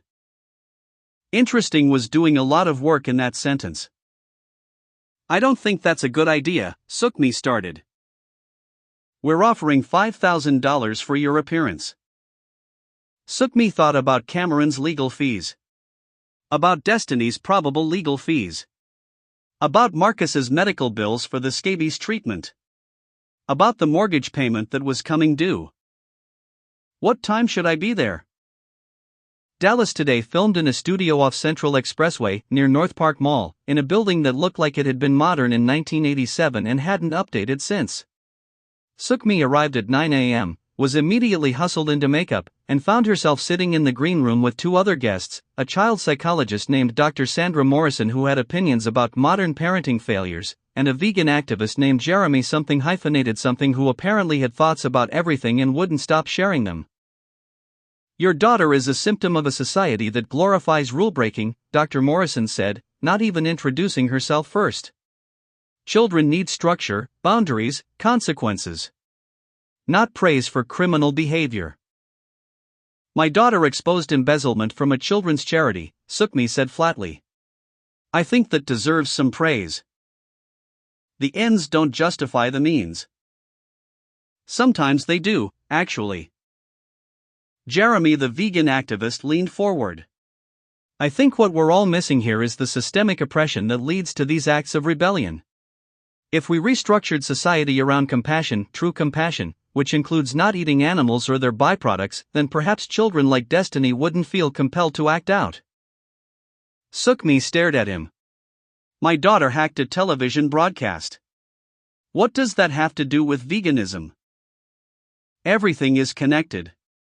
The consumption of animal products, the exploitation of resources, the moral decay that allows embezzlement to flourish, it's all part of the same capitalist meat-industrial complex. That's the dumbest thing I've ever heard, and I once had a kid tell me that the alphabet should be rearranged alphabetically. They were called to the set.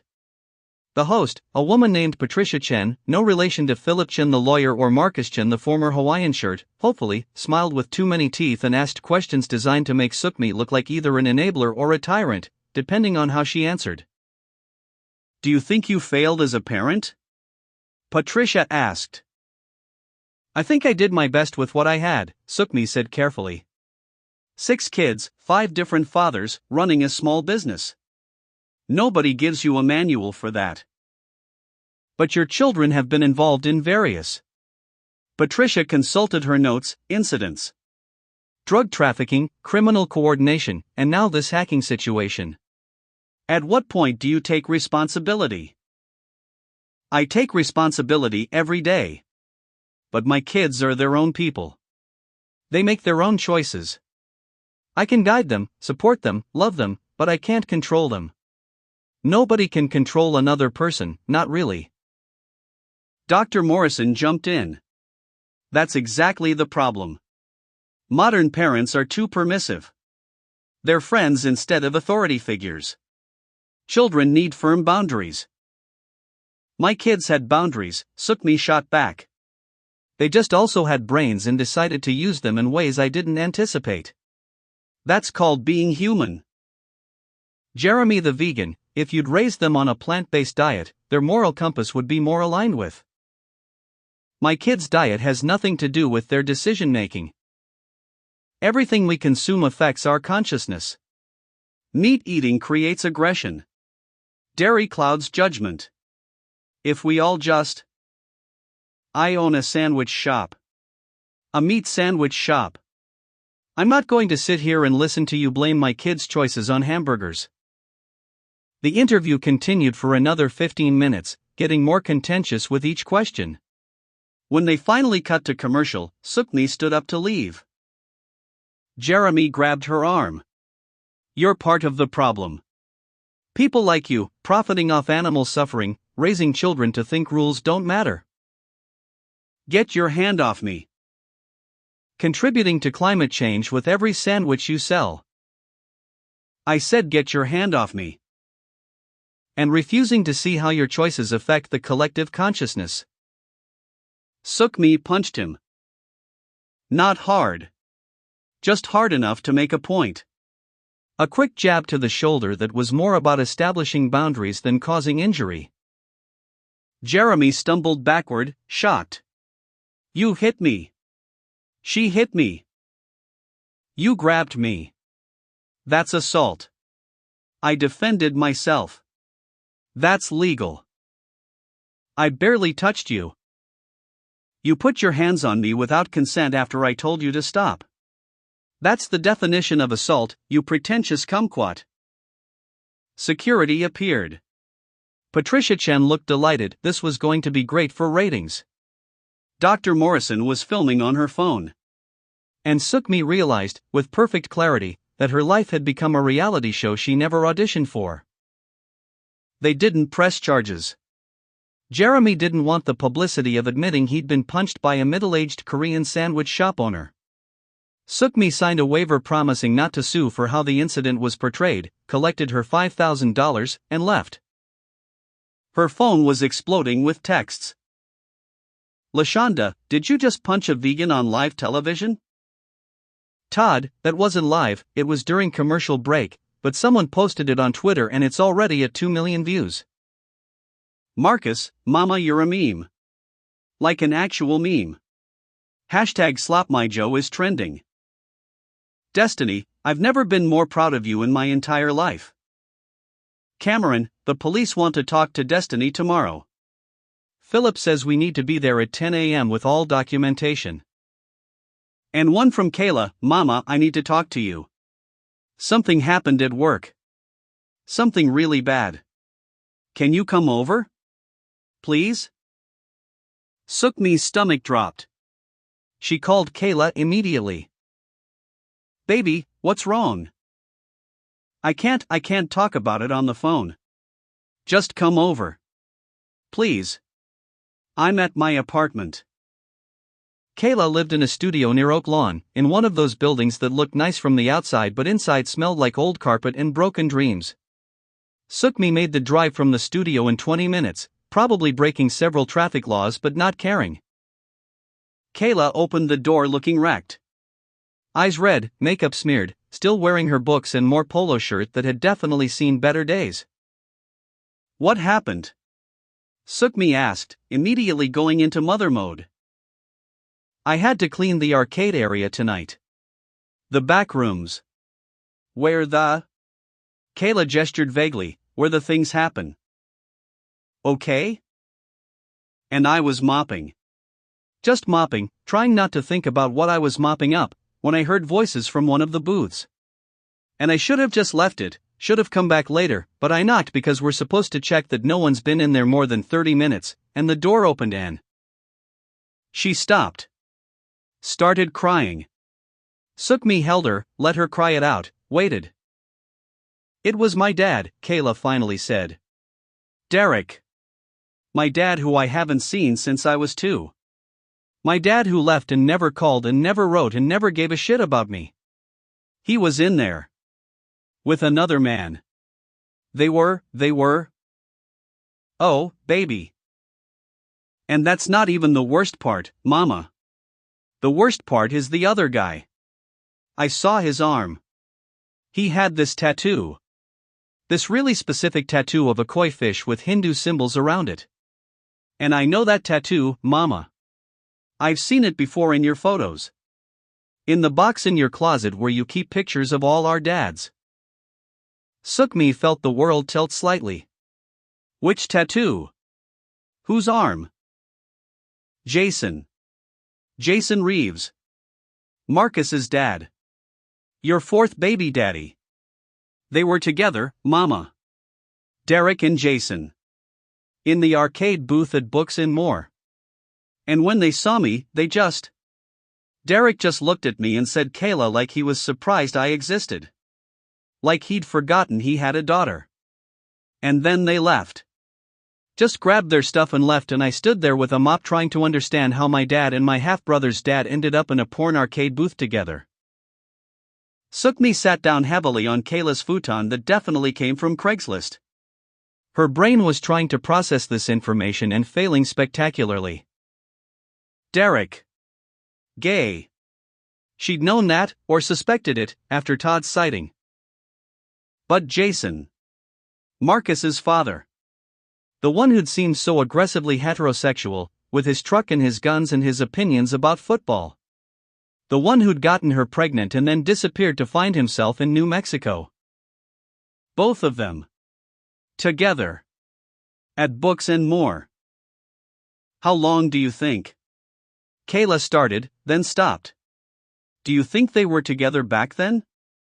When they were with you? Do you think they were using you as a cover or something? I don't know, baby. I really don't know. Because if they were, that's so fucked up, Mama. That's so incredibly fucked up.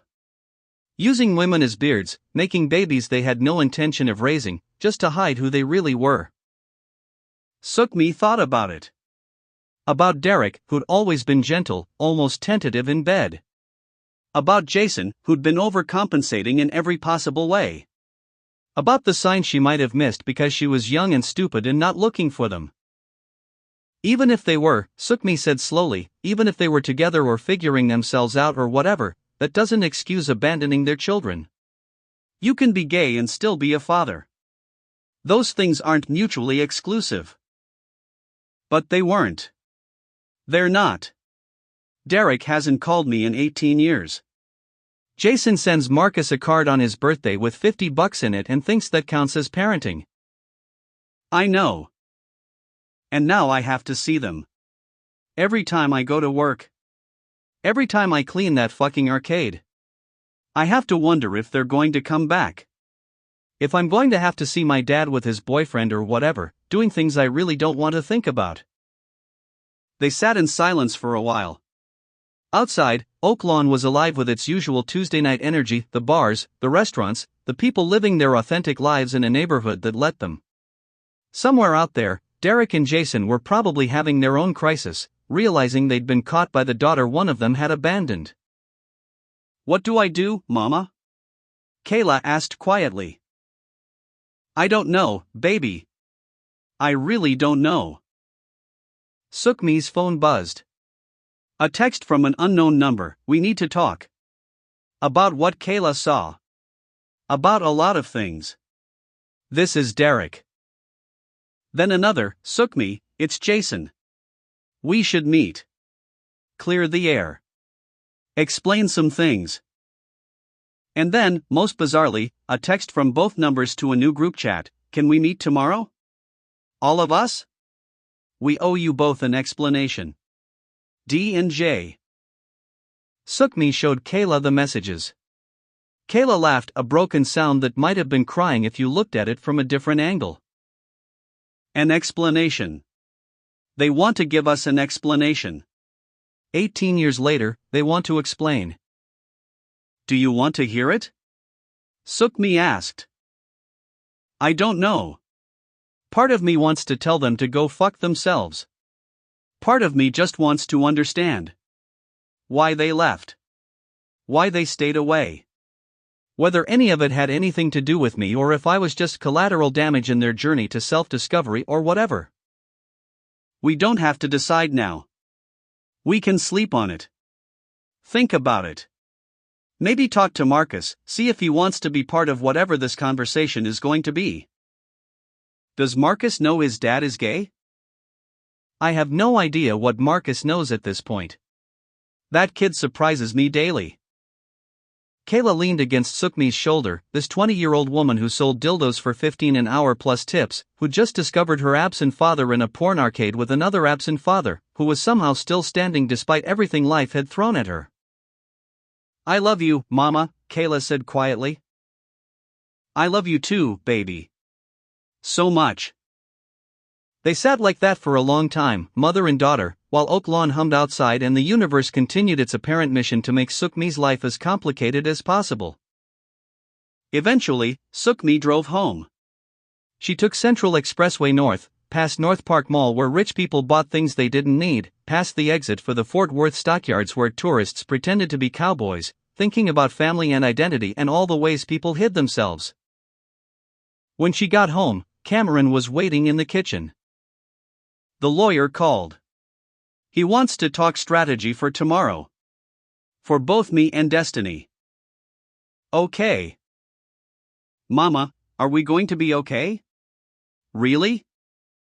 Suk-Mi looked at her son, 16, scared, trying to be brave.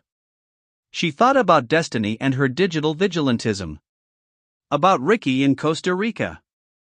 About Marcus and his scabies and his wonderful partner. About Kayla and her shocking discovery. About Jaden and his visions. I don't know, she said honestly. But we're going to try. That's all we can do. Just keep trying. That night, lying in bed, unable to sleep, Suk-Mi's phone buzzed one more time. A text from Destiny, Mama, I'm scared. About tomorrow. About the police. About everything. Me too, baby. Me too. Do you think I did the right thing? Exposing Brett? Suk-Mi thought about it. About right and wrong and all the gray area in between. About children who committed crimes for good reasons and adults who followed rules while doing terrible things. About the parable of the wheat and the tares, which kept coming back to her, about how you can't separate them until harvest time because you might damage the wheat trying to remove the weeds. I think you did what you thought was right, Suk-Mi texted back. And sometimes that's all we can do. Even when it's messy. Even when there are consequences. I'd do it again. I know. That's what scares me. And what makes me proud. Both at the same time. Love you, Mama. Love you too. Get some sleep. Tomorrow's going to be intense. But sleep didn't come easy. Suk-Mi lay awake thinking about Derek and Jason, about absent fathers and unexpected revelations, about the conversation that was coming whether she wanted it or not. And she thought about something else, earthquakes. When she was a kid, before her parents died, they'd lived in California for 6 months. Long enough to experience a small earthquake, just a 4.2, nothing major, but enough to make the ground shift under her feet and remind her that nothing was ever as solid as it seemed. That's what this felt like. Like the ground was shifting, like everything she thought she understood about her family and her past was rearranging itself into new configurations she didn't recognize. Hindu beliefs talked about cycles, creation, preservation, destruction, rebirth. Maybe that's what this was. The destruction phase before something new could be born. Or maybe she was just losing her mind trying to make sense of the senseless. Either way, tomorrow would bring lawyers and police and explanations from men who'd been absent for nearly 2 decades. And Suk-Mi Kim, owner of Kim's Killer Meat Shack, mother of 6, puncher of vegans, would face it the way she faced everything,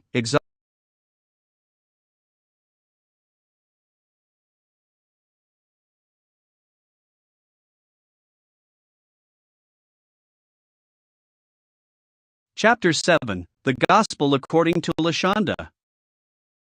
The ice cream truck incident happened on a Saturday afternoon at the corner of Camp Bowie and University, right in front of a Walgreens where people were buying cigarettes and regret in equal measure.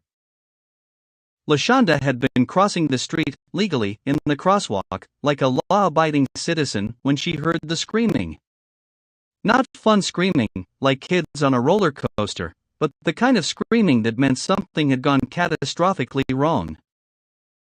The ice cream truck, one of those ancient vehicles that looked like it had been assembled from spare parts and prayers during the Nixon administration, was careening down the street with no driver visible. Its tinny speaker was blasting "Pop Goes the Weasel" at a volume that violated several Geneva conventions, and it was headed straight toward a group of kids waiting at a bus stop. Later, witnesses would describe what happened next in terms usually reserved for religious experiences or particularly good acid trips. LaShonda, 5'2", barely 100 pounds, with arms that looked like they couldn't open a jar of pickles, planted her feet in the middle of the street, bent down, and dug her withered fingers into the asphalt like she was auditioning for a superhero movie nobody asked for. The ice cream truck hit her at approximately 15 miles per hour. It stopped. Not immediately. There was a screech of metal, a smell of burning rubber, a moment where physics and willpower had a conversation about who was really in charge. But it stopped. With LaShonda still standing, her claw hands embedded in the street, her face set in an expression that said, "Not today, Satan," with her whole entire soul. The kids at the bus stop were fine. The truck was dented. And LaShonda stood up, dusted off her jeans, and said to the gathering crowd, "Y'all got cameras? 'Cause if this ain't going on the internet, I'm gonna be pissed." 17 people had been filming. By that evening, the video had 12 million views. "I don't understand," Suk-Mi said, watching the video for the 40th time at Kim's Killer Meat Shack. "How did you stop a truck with your hands? That's not physically possible." "Tell that to the truck," LaShonda said, examining her fingernails like she was checking for a manicure instead of evidence of vehicular combat. "Maybe it's all that crawfish etouffee I've been eating. Builds upper body strength." Crawfish etouffee builds upper body strength? I don't know, Suk-Mi. I don't know how science works. I just know I saw that truck coming at those babies and my body was like, absolutely not, and then physics got real confused about whose rules we were following. The video was everywhere. Heroic woman stops runaway ice cream truck with bare hands. Local icon LaShonda Washington defies physics, saves children. One particularly enthusiastic news outlet had gone with SuperShonda, the hero Dallas deserves. By Monday morning, LaShonda's phone was ringing constantly. Podcasts wanted interviews. Morning shows wanted appearances. Someone from a reality TV production company called offering her a show called Claw Enforcement, where she'd travel around stopping various out-of-control vehicles. "That's the dumbest thing I've ever heard," LaShonda told them. "We're offering $50,000 for a pilot episode. I'll think about it." By Tuesday, she'd done 6 podcast interviews, 3 radio spots, and a segment on Good Morning Dallas where the host kept asking her to demonstrate her grip strength on various objects. She crushed an apple, bent a fork, and made a grown man cry by shaking his hand. "I'm not even trying that hard," LaShonda told Suk-Mi later. "People are just weak. Societally weak. Too much time on their phones, not enough time developing functional hand strength. You're developing a superiority complex." "I stopped a truck with my hands, Suk-Mi. I think I've earned a little superiority." Wednesday brought an offer from a supplement company wanting to use her image to sell vitamins that promoted natural strength development. LaShonda, who took no vitamins and subsisted primarily on gas station coffee and whatever Suk-Mi fed her, accepted the sponsorship deal for $20,000. Thursday, someone started a subreddit called r/LaShonda Washington where people posted photos of her stopping the truck with increasingly elaborate captions. "Local saint performs miracle. Woman too angry to obey physics. The only superhero we actually need." By Friday, LaShonda had decided to run for Fort Worth City Council. "No," Suk-Mi said immediately.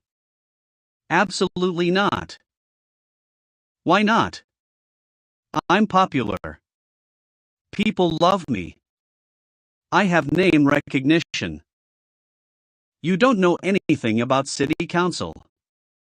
You don't know what they do.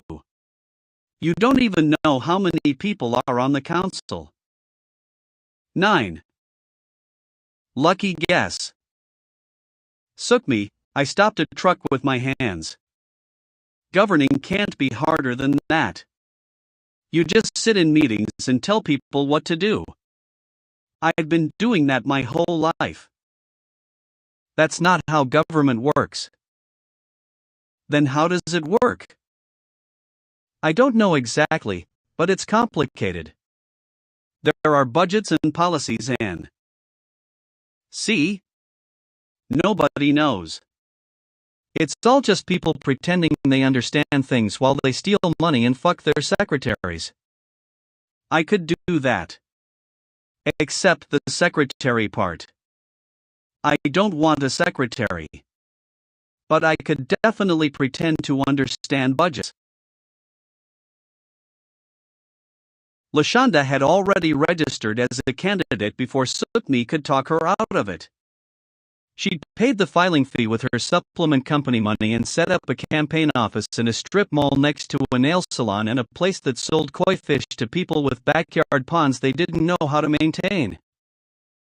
Her campaign slogan, Lashonda Washington, she'll stop more than trucks. Her platform, as far as Suk-Mi could tell, consisted entirely of being strong and not taking shit from nobody. What's your position on property taxes? A reporter asked at Lashonda's first press conference, which she held in the parking lot of her campaign office because she hadn't figured out you could rent actual press conference venues. My position is they should be lower. How would you compensate for the lost revenue? I don't know. Figure it out. That's why we have accountants. What about public transportation? We should have more of it. Good transportation. The kind that works. Can you be more specific? No. Next question. Despite, or perhaps because of, her complete lack of policy knowledge, Lashonda's campaign was gaining traction. People were tired of politicians who spoke in careful, measured tones about complex issues. They wanted someone who'd stopped a truck with her hands and didn't apologize for not knowing things. Her opponent was a career politician named Douglas Pemberton III, a man so bland he could have been artificially generated by a committee trying to create the most forgettable human possible. He had 19 years on the city council, a law degree from SMU, and the personality of unsalted butter. Their first debate was scheduled for the following Tuesday at the Fort Worth Stockyards, in a venue that usually hosted line dancing and mechanical bull riding.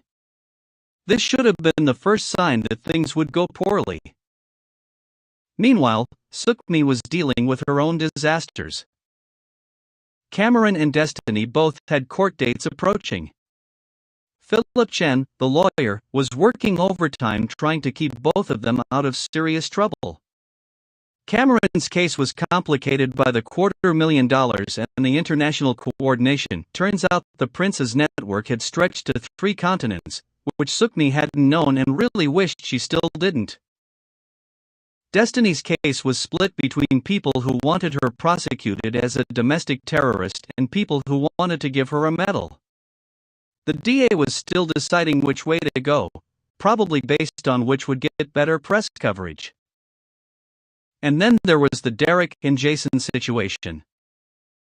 They'd scheduled a meeting for Sunday afternoon at Suk-Mi's house, because apparently her fortress of security cameras and panic buttons was the neutral ground for this conversation. Marcus was coming. Kayla had agreed to attend, though she looked like she'd rather schedule her own appendectomy without anesthesia. Sunday arrived with the kind of oppressive Texas heat that made you question why anyone had ever thought settling this particular swath of land was a good idea. Suk-Mi had made iced tea the real kind, with too much sugar, the kind that could induce instant diabetes but tasted like childhood summers and better times. Derek and Jason arrived together, which answered some questions and raised about 40 new ones. Derek looked the same but different, older, obviously, but also somehow lighter, like he'd been carrying something heavy for years and finally put it down.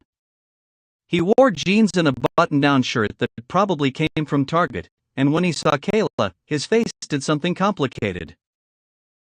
Jason looked uncomfortable in his own skin, shifting weight from foot to foot, his koi fish tattoo visible under his short-sleeved shirt. He'd gained weight, lost hair, and developed the kind of nervous energy that came from years of pretending to be someone you weren't. Marcus sat on the couch next to Kayla, holding her hand. Suk-Mi stood by the kitchen, arms crossed, ready to throw someone out if this went sideways. Cameron and Destiny were upstairs. This wasn't their story, and they'd been excused from the family drama for once. So, Suk-Mi said after an unbearably long silence. Explain. Derek and Jason looked at each other. Some kind of silent communication happened. Then Derek spoke. We met in 2003. At a bar in Dallas, near Dealey Plaza. One of those places where you could be yourself, where nobody asked questions. We were both trying to figure out who we were, what we wanted, how to exist in a world that didn't make space for us. And then you met me, Suk-Mi said flatly.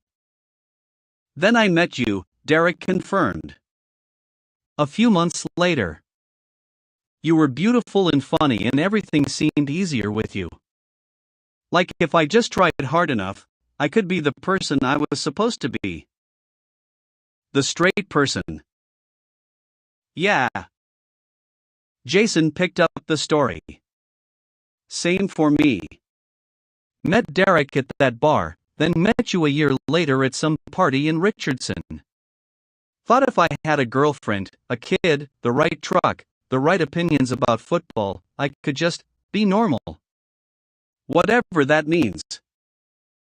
So you used us, Marcus said quietly. Used our moms as covers. We did, Jason said. And that was wrong. Really wrong. We were scared kids ourselves, mid-20s, but still kids in a lot of ways, trying to figure out how to survive in Texas in the early 2000s when being gay wasn't something you advertised unless you wanted to get your ass kicked or worse. And the abandonment? Kayla asked, her voice sharp as broken glass.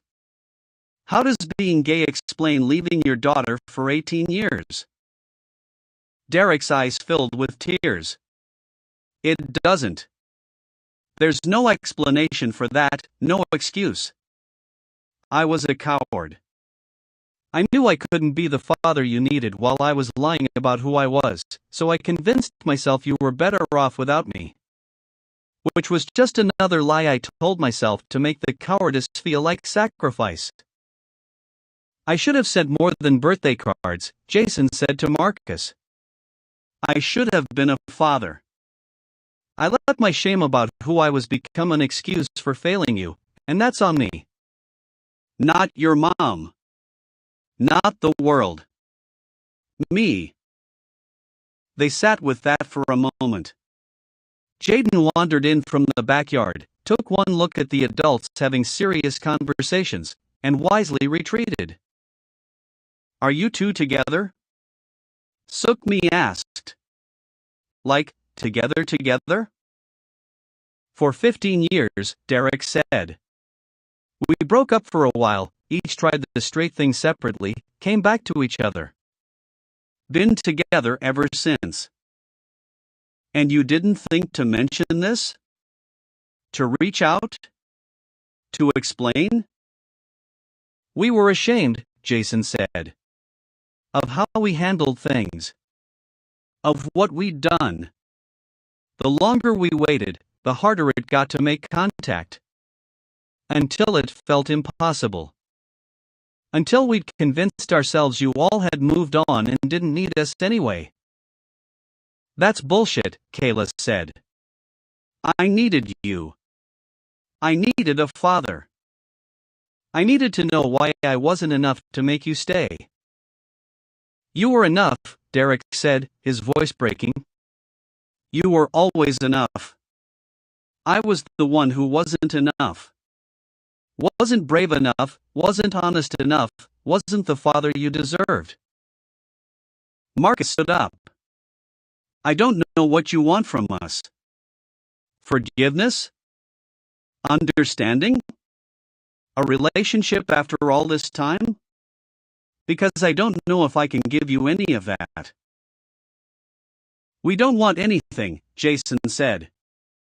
We just wanted to explain. To apologize. To let you know that our failures had nothing to do with you and everything to do with us. Well, Marcus said, thanks for the apology. It doesn't fix anything, but it's something. He looked at his father, this man who'd been absent for his entire life, who'd chosen his own comfort over his son's need for a parent. Maybe we can talk again sometime. Maybe. But not now. Now I need you to leave. Derek looked at Kayla. Can I give you my number? You don't have to call. You don't have to do anything. But if you ever want to talk, or yell at me, or just need to understand more, I'm here. I'll be here now. I know it's too late, but I'm here anyway. Kayla took the number. Didn't look at it, just folded it and put it in her pocket. I work at Books and More. The adult bookstore. If you come back there, if I see you in the arcade again, I'm going to lose my shit. You understand? That's my workplace. You don't get to make it weird.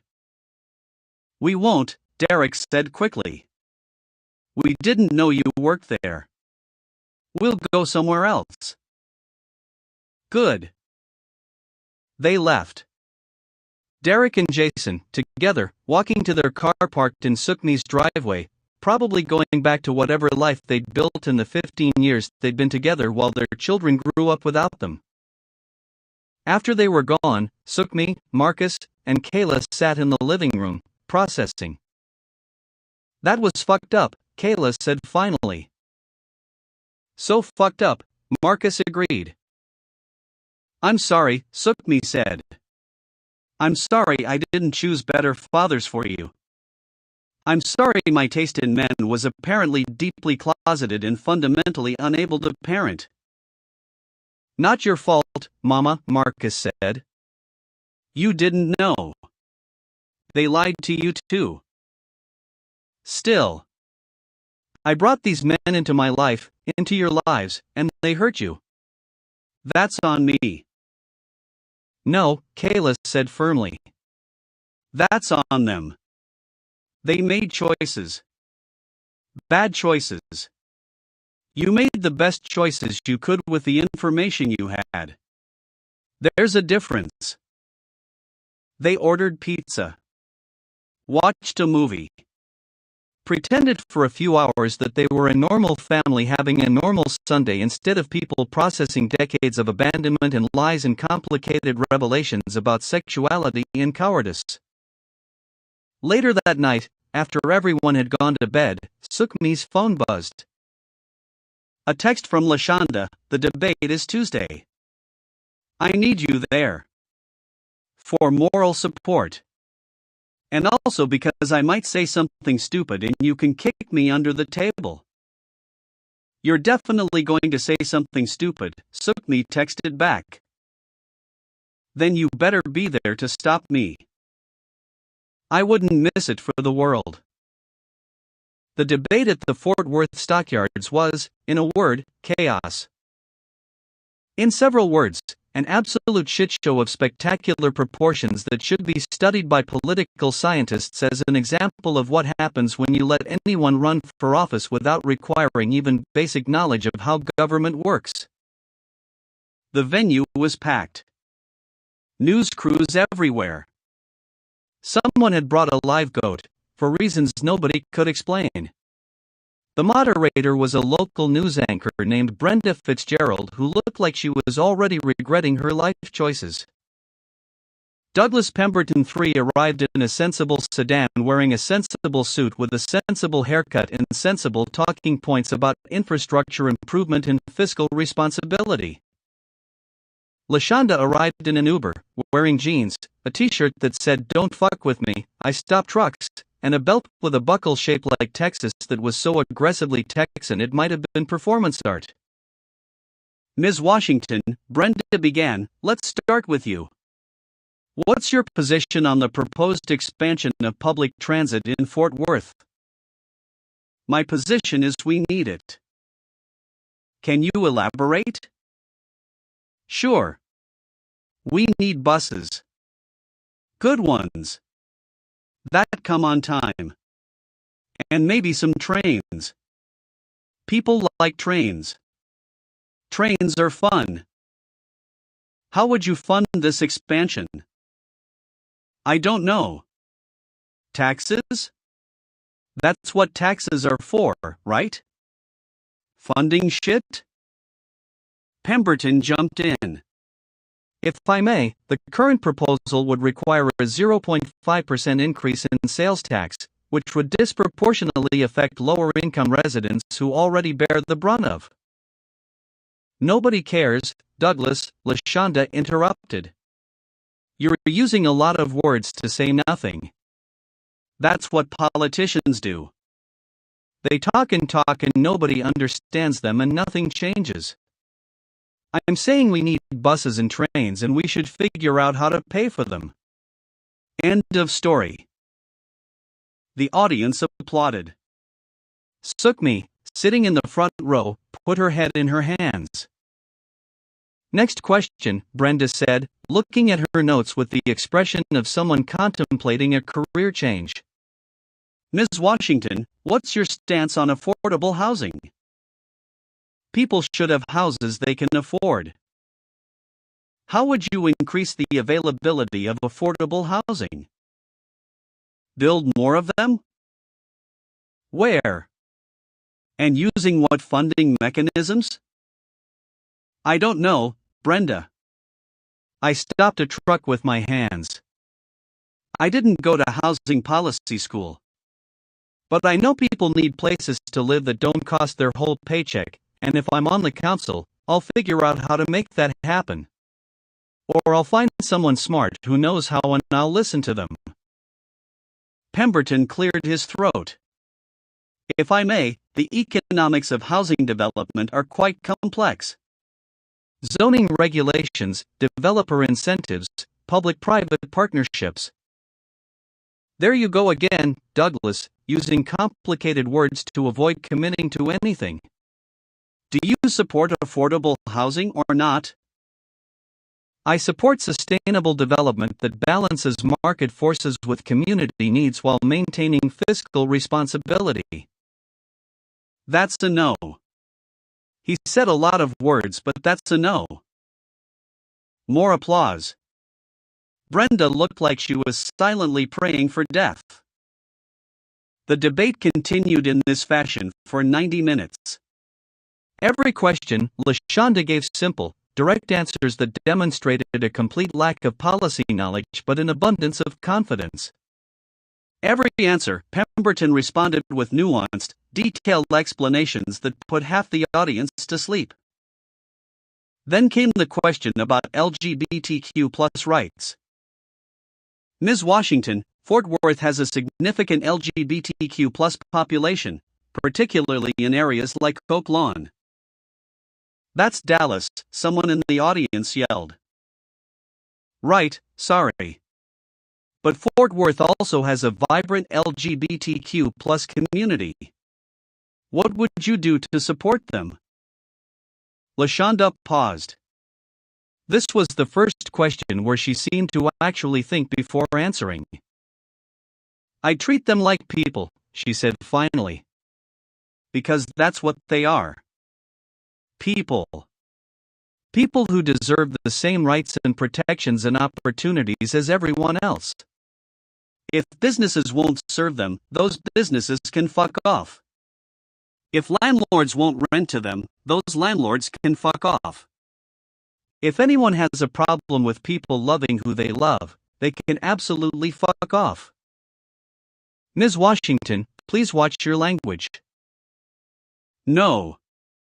I'm tired of watching my language. I'm tired of pretending we need to be polite about basic human dignity. People should be able to exist without fear, without discrimination, without having to hide who they are because some asshole thinks his religion or his discomfort or his whatever gives him the right to make their lives harder. That's my position. Clear enough? The room erupted. Some people cheered. Some people booed. Someone threw a bottle that missed Lashonda by 6 inches. The goat made a noise that might have been commentary. Suk-Mi watched her best friend, this tiny woman with withered arms and an inability to shut up, stand at that podium and refuse to back down, refuse to soften her language, refuse to pretend that bigotry deserved politeness. And she thought about Derek and Jason, about how they'd hidden for years because people like Douglas Pemberton III made careers out of balanced approaches and community values that really meant some people deserve rights and others don't. After the debate, after the chaos had died down and the goat had been removed from the premises, Lashonda found Suk-Mi in the parking lot. "I fucked that up," Lashonda said. "No, you didn't. I cursed on live television.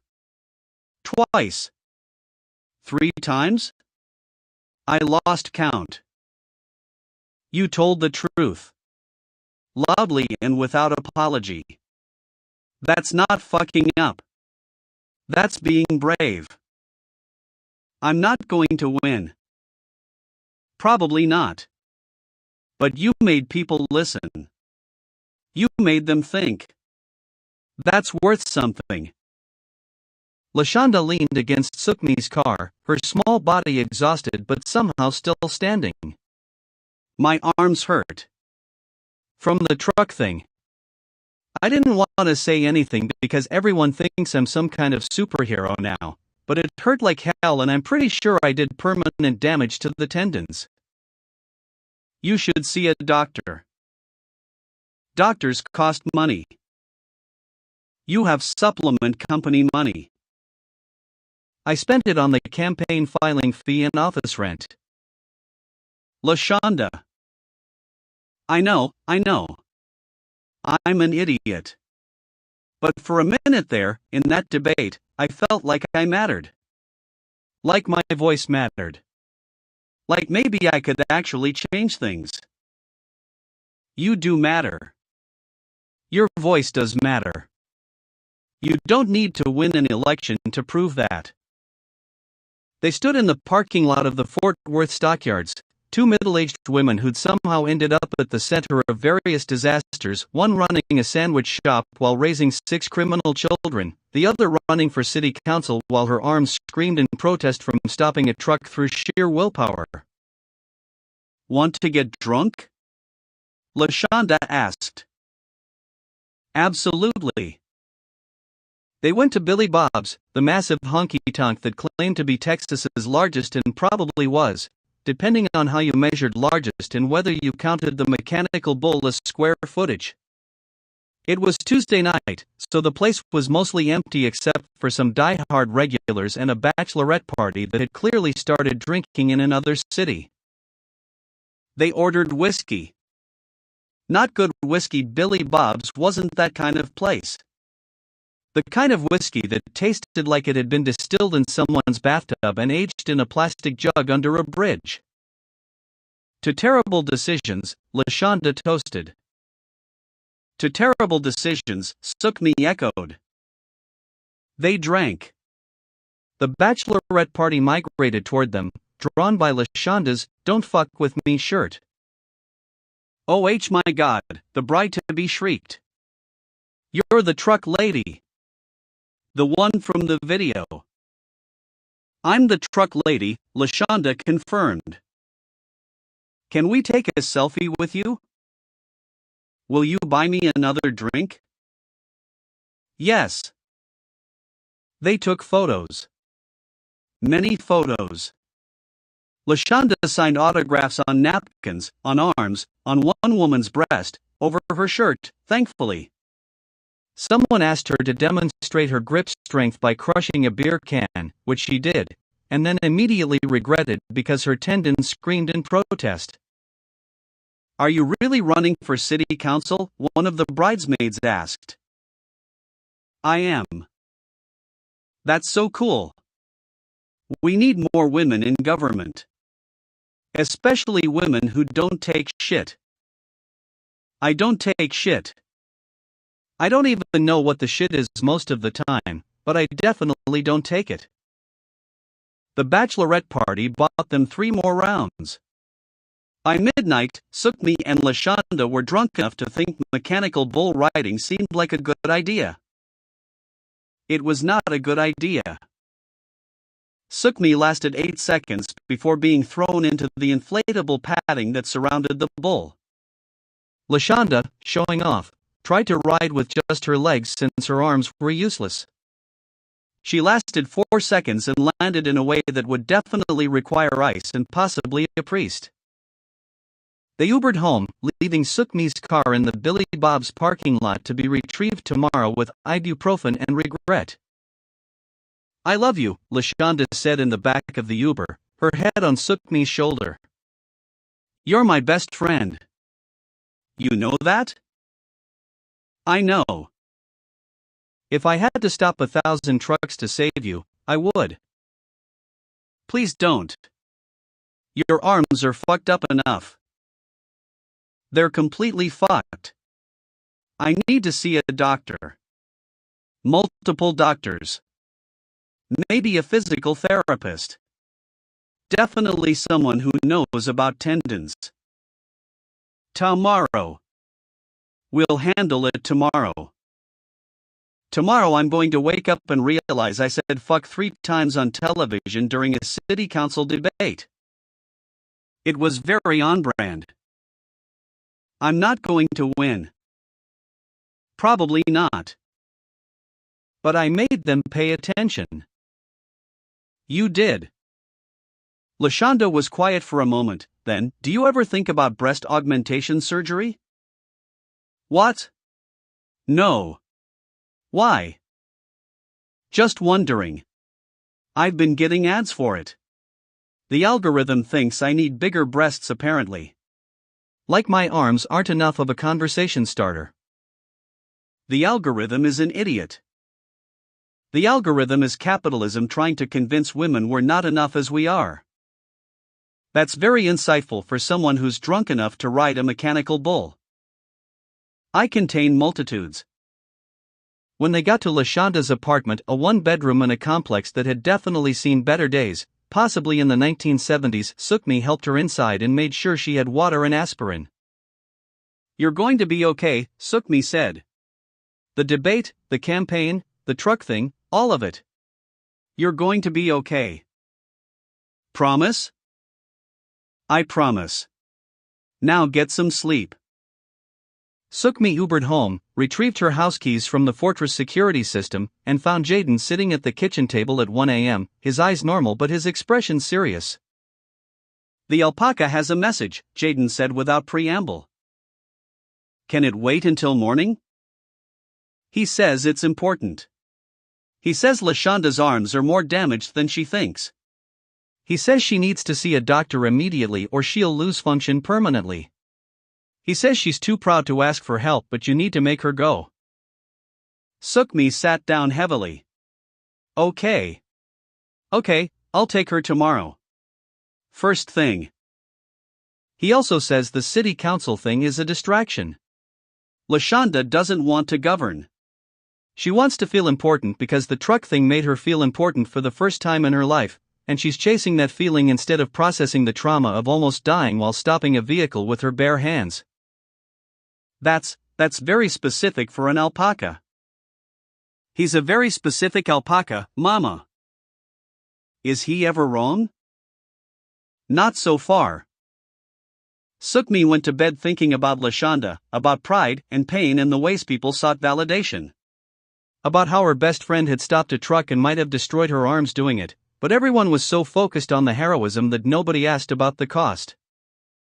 She dreamed about ice cream trucks, dozens of them, hundreds, all careening down streets while Lashonda stood in their path, her small body the only thing between chaos and catastrophe, her arms extended, her face set in that expression that said not today even as her tendons tore and her bones stressed and her body paid prices that wouldn't show up until later.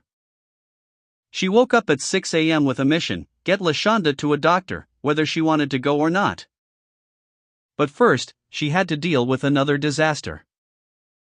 A text from Destiny: "Mama, the DA decided. I'm being charged. Federal charges. 3 counts computer fraud, 2 counts unauthorized access, 1-count conspiracy. Philip says I'm looking at 5 years minimum if convicted. Suk-Mi stared at the message, her heart doing something complicated in her chest. Her daughter. Her brave, stupid, principled daughter who'd exposed a criminal and was now being treated like one herself. She texted back, I'm calling Philip. We're going to fight this. We're going to fight this so hard they're going to regret ever coming after you. 3 dots. Then, I love you, Mama. I love you too, baby. More than anything. Downstairs, the house was waking up.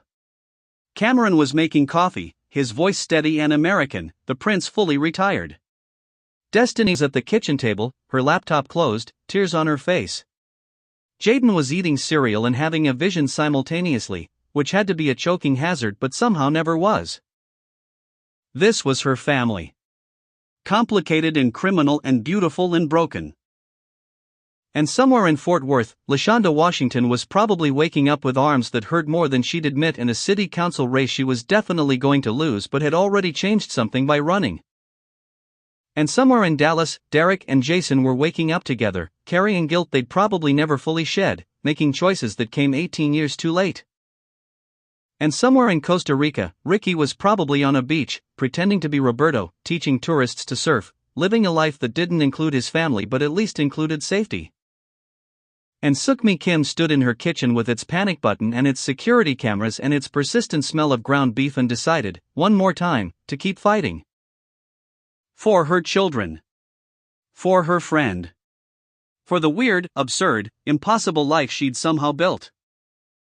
Even when the universe kept throwing trucks at her and expecting her to stop them with her bare hands. Chapter 8, Melons, Militias, and the Material Girl. Jaden's drawings started appearing everywhere. On the kitchen table. Taped to the refrigerator. Scattered across the living room floor like some kind of fruit-based prophecy that nobody wanted to interpret. All of them showed the same thing, watermelons, honeydew melons, cantaloupes all exploding in brilliant reds and oranges and yellows, like grenades made of produce, fragments flying in every direction. It's just kid art, Cameron said, looking at one particularly detailed drawing that showed melon chunks flying toward stick figures.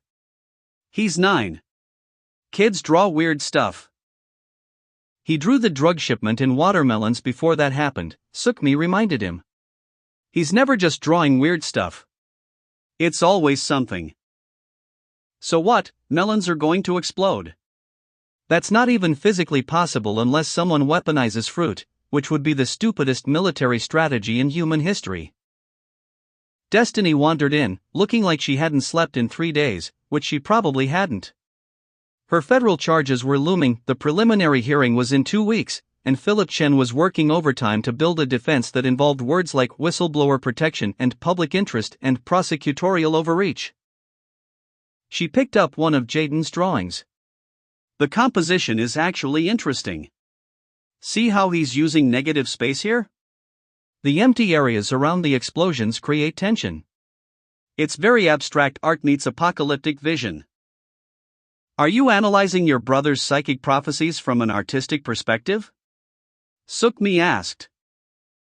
I'm trying to distract myself from the fact that I'm probably going to federal prison. Destiny set the drawing down carefully. Did you know Madonna almost went to prison? Multiple times, actually. For obscenity charges. I did not know that. Also, what does Madonna have to do with anything? Everything. Madonna has to do with everything. Destiny pulled out her phone, scrolling through what appeared to be research notes. Okay, so 1989. Like a prayer video. She burns crosses, makes out with a black saint, has stigmata. The Vatican condemns it. Pepsi drops her sponsorship deal, costs her $5 million. There are actual protests. The Pope, Mama, speaks out against her. She gets death threats. Real ones, not internet trolls. People wanted her arrested for blasphemy. Blasphemy isn't actually illegal in America, Cameron noted. That's not the point. The point is she did it anyway. Knew it would be controversial, knew it would cost her money and endorsements and piss off powerful people, and she did it because it was art and it meant something. Destiny's eyes were bright, almost feverish. She was making a statement about racism and sexuality and religion, and she didn't care who it offended because the message was more important than being safe. Suk-Mi understood where this was going. Destiny, you're not Madonna. You're a 19-year-old girl who hacked a television broadcast. To expose corruption. To reveal truth. That's what artists do. That's what Madonna's always done, forced people to look at uncomfortable truths. Madonna's a millionaire with lawyers and resources.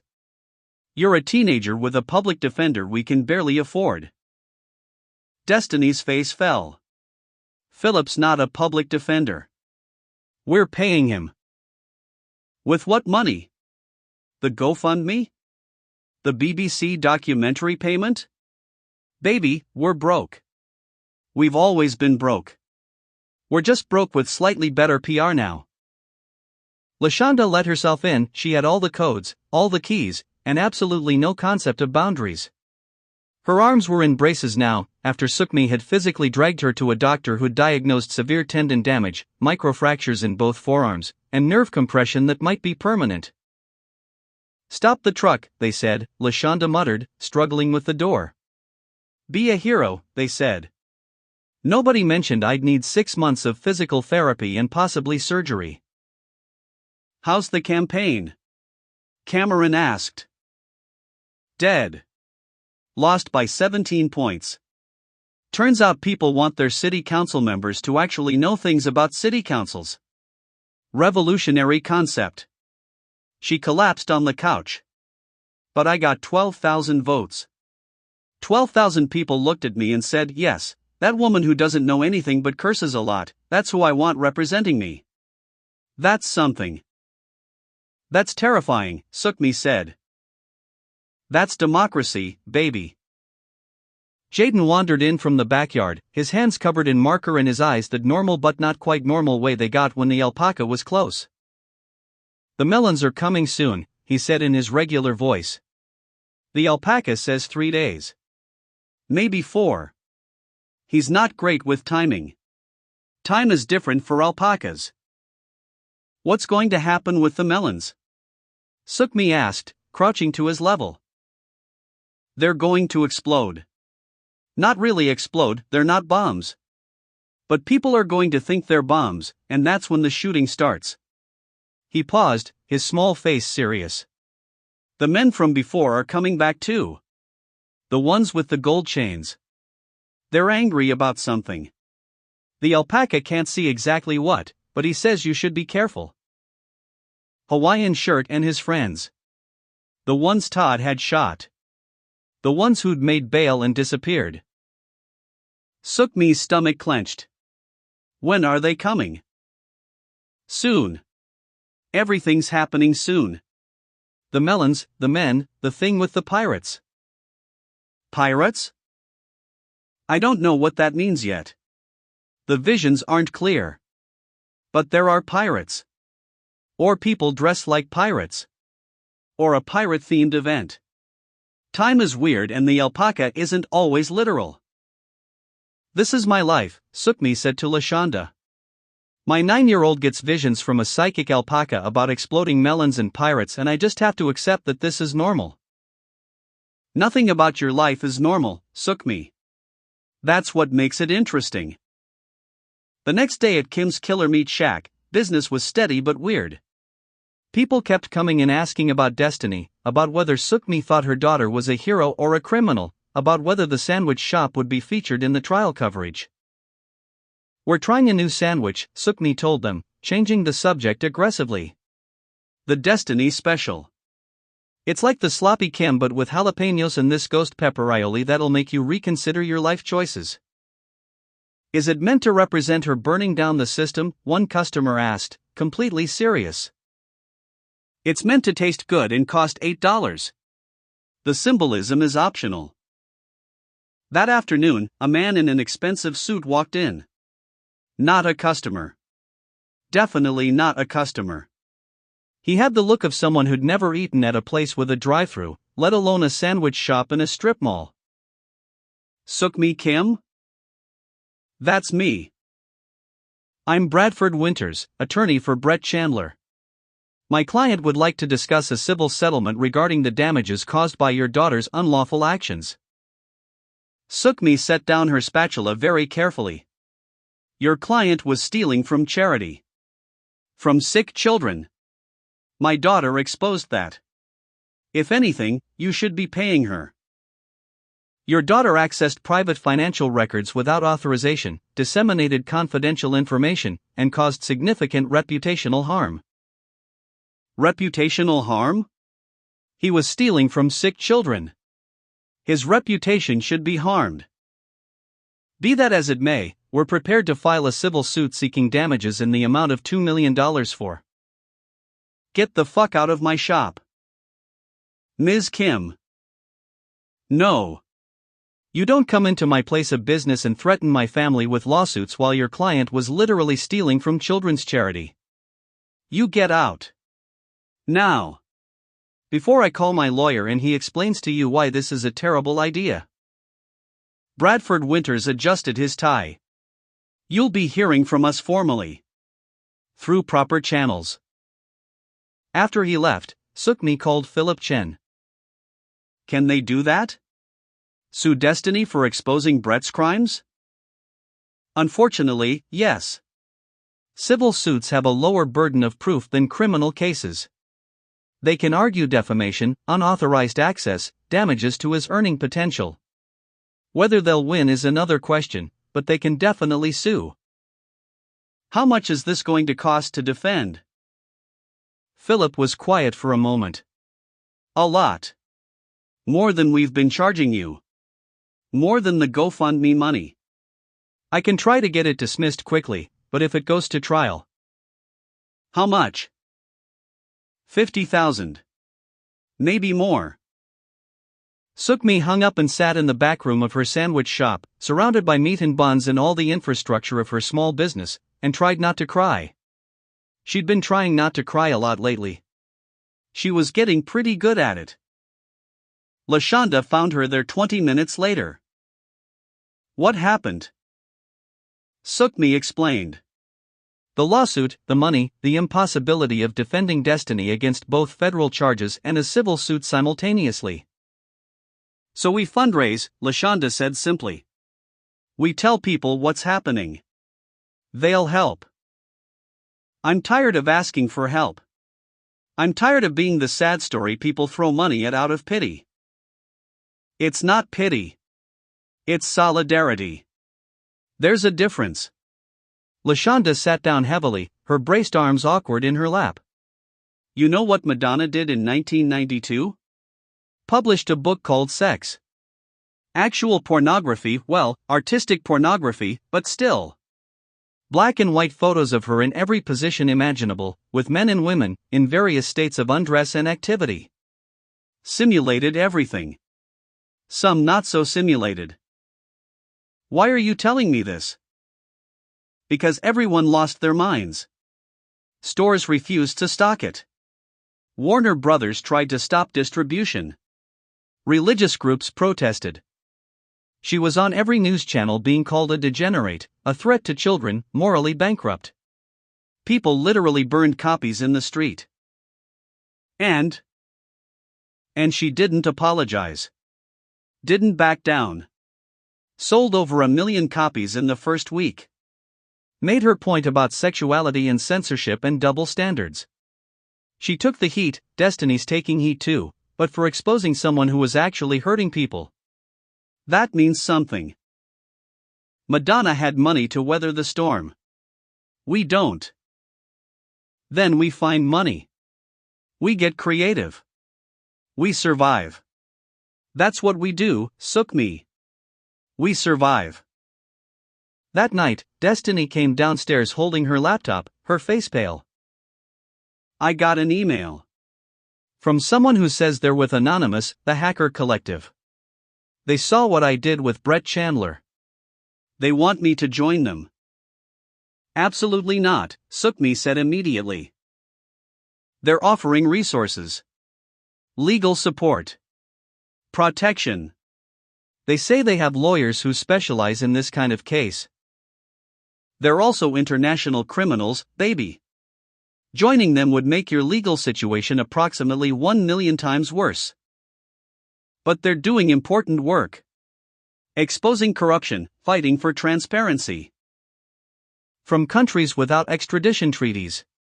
You're in America, facing American charges. You can't just become an international hacktivist collective member and expect that to help. Destiny set her laptop down, defeated. I just want to do something. I want to fight back. I want to matter. You do matter. You always have.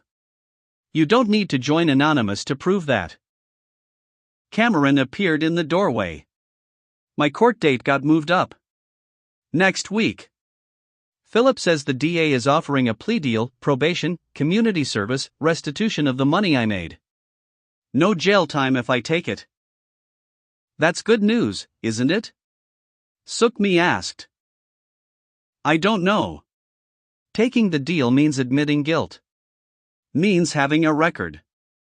Means everyone always knowing I was the prince, that I coordinated criminal activities for 2 years. But you're alive and free. That's worth something. Is it? Is being alive but marked as a criminal for the rest of my life really better than fighting and maybe losing? These were her children. Brilliant and stupid and principled and reckless. Fighting systems bigger than themselves, making choices that would follow them forever, trying to figure out how to exist in a world that didn't make space for people who refused to play by rules they didn't believe in. Take the deal, Suk-Mi said quietly. Fight the battles you can win. Accept the losses that keep you free. There's no shame in survival. 3 days later, exactly when Jaden predicted, the melons arrived. There was a militia rally happening at a park off Route 820, near the Trinity River. One of those groups that called themselves patriots and dressed in tactical gear they bought from army surplus stores, who talked about defending freedom while mostly just drinking beer and complaining about the government. They'd scheduled a preparedness demonstration, which apparently meant showing off their guns and doing tactical drills in a public park while children played on nearby swings and parents pretended this was normal. The melon truck, a refrigerated delivery vehicle from a produce distributor in Houston, was heading to a grocery store 2 blocks away. The driver, 63 years old and 3 months from retirement, had been driving trucks for 40 years without incident. Until a tire blew at exactly the wrong moment, sending the truck careening off the road, through a decorative fence, and directly into the militia rally. Crates of melons, watermelons, honeydews, cantaloupes, exactly like Jaden's drawings, exploded across the park. Literally exploded. Not from bombs, but from impact, from weight, from wooden crates shattering against the ground and physics doing what physics does. But it looked like explosions. Sounded like explosions. Red melon flesh flying like shrapnel, the wet smack of fruit hitting surfaces that could have been mistaken for something more sinister by people already primed for violence. Someone screamed attack. Someone else yelled Antifa bombers. And then someone nobody would ever be entirely sure who pulled out a machine gun and started firing. Not at anyone specific. Just firing. Into the air, into the ground, into the general chaos that had erupted when produce became a perceived threat. Other militia members pulled their weapons. Some people ran. Some people hit the ground. Some people pulled out their phones to film, because in 2025, documenting disaster was more instinctive than self-preservation. Suk-Mi was there. She'd driven out to scout a potential second location for Kim's Killer Meat Shack, a ridiculous idea she'd been entertaining because the flagship location was too crowded and she needed more space. The property she'd been looking at was 3 blocks from the park, and when she heard the first shots, her body made the decision before her brain could stop it. She ran toward the sound. Later, she wouldn't be able to explain why. Maternal instinct, maybe, even though her kids weren't there. Or maybe just the muscle memory of years spent running toward disasters instead of away from them because someone had to and nobody else was moving. The scene was chaos. People screaming, running, shooting. Melon flesh everywhere, looking disturbingly like blood in the afternoon sun. The truck driver trapped in his cab, trying to radio for help. Children crying.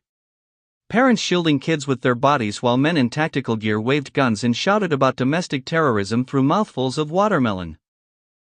Suk-Mi grabbed the nearest militia member, a guy maybe 30, holding an AR-15 like it was his emotional support animal. "Stop firing," she screamed. "It's an attack. They're bombing us. They're melons. Look at your shoes. That's cantaloupe." He looked down. His boots were covered in orange mush. His face did something complicated as his brain tried to reconcile his fear with the reality that he was standing in fruit salad. But the explosions. Produce crates. Impact physics. Not bombs. She moved through the crowd, grabbing weapons, pushing them toward the ground, screaming at people to stop shooting at imaginary enemies. Most of them listened, not because she was particularly intimidating, but because she had the voice of someone who'd spent decades yelling at children and was no longer capable of being ignored. But one guy didn't listen. Hawaiian shirt. Not wearing a Hawaiian shirt this time, but she recognized him immediately. Marcus Chen, former drug dealer, current existential crisis, apparently also current militia member or at least militia adjacent. He was pointing his weapon at the truck driver, who'd finally managed to get out of his cab. "You did this on purpose." Hawaiian shirt was shouting. "This is a false flag. You're trying to make us look bad." "I'm a truck driver," the old man yelled back. "I deliver produce. My tire blew. That's literally what happened." "Lies. You're probably FBI.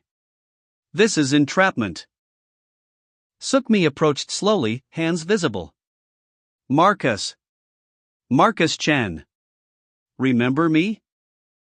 He turned, gun still raised. His eyes were wrong, too wide, too focused, the kind of wrong that came from bath salts or meth or just untreated paranoia that had been allowed to ferment for too long. "You're part of it," he said. "You and your kids. The drug money. The corruption. It's all connected."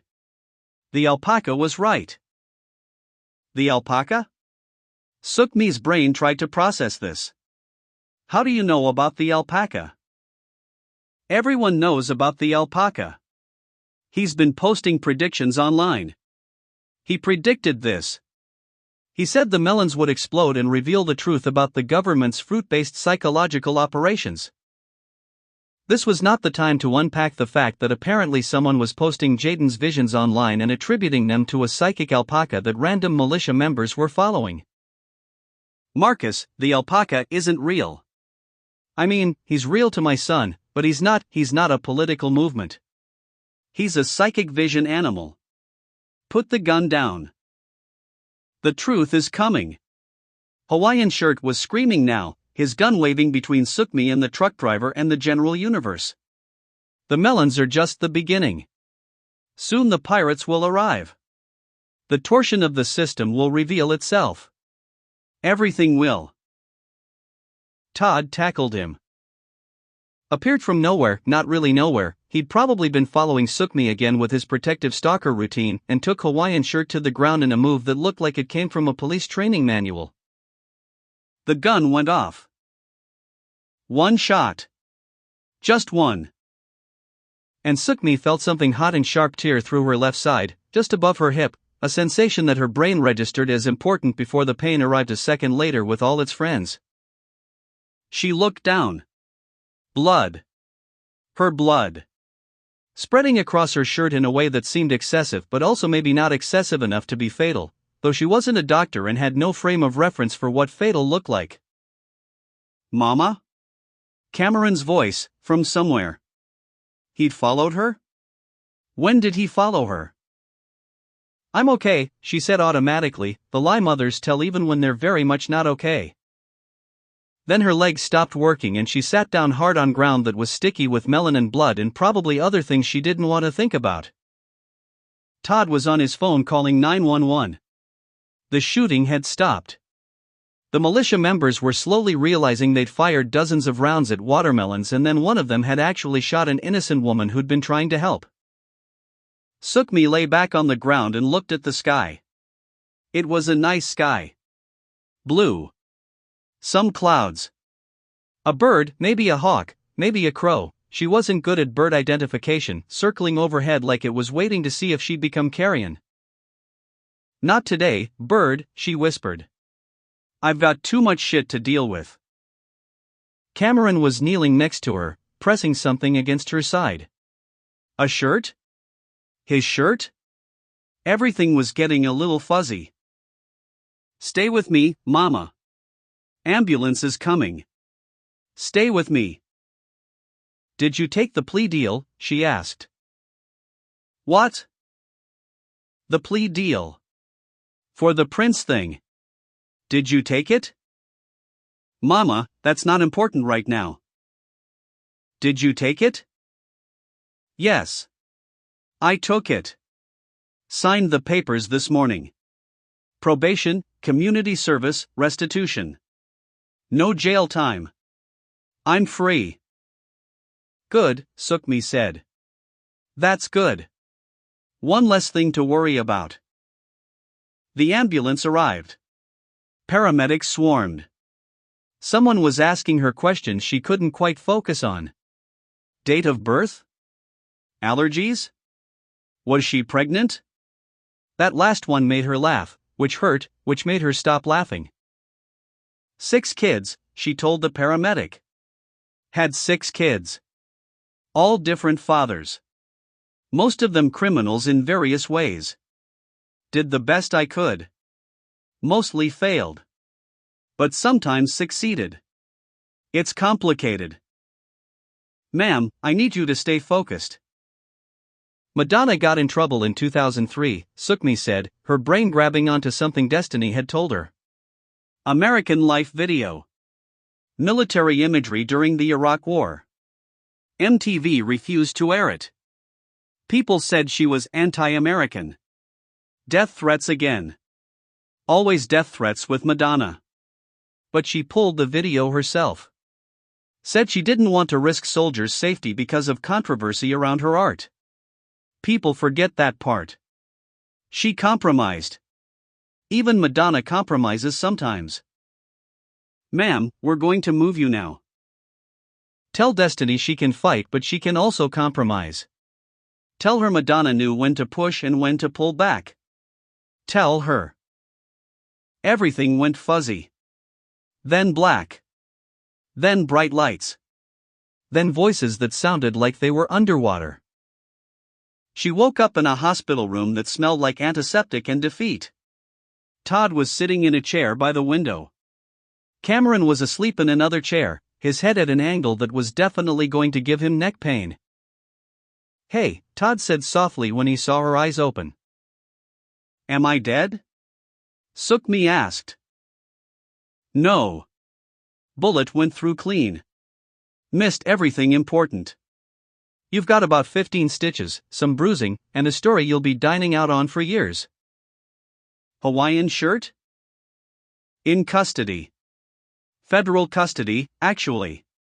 Turns out he was already wanted for the original shooting at your shop, plus about 6 other charges. He's not getting out for a long time. The truck driver? Fine. Traumatized, but fine. Already talking about early retirement. The melons? Evidence in about 40 different criminal proceedings. Also, you'll be pleased to know that Jaden's psychic alpaca has a Reddit following now. Someone's been posting his predictions and they've been scarily accurate. That's horrifying. That's the internet. Suk-Mi tried to sit up. Her side screamed. She decided lying down was fine, actually. "Destiny?" she asked. "Outside. They're only allowing 2 visitors at a time. She's been here all night. Cameron made her go get coffee because she was having a panic attack." The door opened. Not Destiny, LaShonda, pushing through with her braced arms and her total disregard for visitor policies. You absolute idiot, LaShonda said, tears streaming down her face. Running toward gunfire. Who does that? Who runs toward gunfire? Mothers, Suk-Mi said. Mothers run toward danger. It's hardwired. Can't help it. You could have died. But I didn't. I got shot, which is different from dying. I'm very clear on that distinction now. LaShonda sat on the edge of the bed carefully, mindful of tubes and monitors and all the medical equipment that was apparently keeping Suk-Mi alive-ish. The supplement company dropped me, LaShonda said. Turns out woman with permanent arm damage from heroic truck stopping isn't the image they want for natural strength development vitamins. I'm sorry. Don't be. Fuck them. I've got other opportunities. Some podcast wants me to do a weekly show about political activism. I'd just be talking about stuff I don't understand with confidence. So, basically what I've always done, but with a microphone.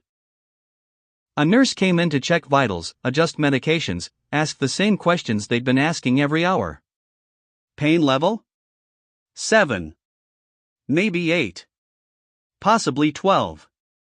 Nausea? Moderate. Did she know where she was? Hell, probably. After the nurse left, Cameron woke up, saw his mother awake, and immediately started crying. I'm okay, baby, Suk-Mi said. You got shot, Mama.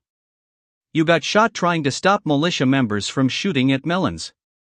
That's the most ridiculous sentence I've ever said, and it's true. Welcome to the Kim family experience. Everything's ridiculous and nothing makes sense, and we just keep surviving anyway. Destiny finally came in, bringing coffee and tears and a laptop covered in stickers about digital freedom and encryption. Mama, I'm dropping the fight, she said without preamble. Philip says I can take a plea deal. Guilty to 1 count of unauthorized access, time served plus probation. The other charges get dropped. I won't have to go to trial. And Brett Chandler's civil suit gets dismissed as part of the agreement. Baby. No. You almost died because I exposed him. He's suing us because I exposed him. Everything is spiraling and I can't keep fighting when it's hurting everyone around me. Madonna pulled the American Life video when it threatened people. I can pull back too. That's not the same. It is the same. Madonna knew when the cost was too high. The cost is too high now, Mama. I'm taking the deal. Suk-Mi wanted to argue. Wanted to tell her daughter to keep fighting, that injustice deserved to be exposed regardless of consequences. But she was tired. So tired. And her side hurt. And she'd been shot at a militia rally while standing in melon debris because her son's psychic alpaca had predicted it days in advance and nobody had known how to stop it. Okay, she said finally. Okay. Take the deal. Live your life. Be free. That's all I want for any of you. Just be free.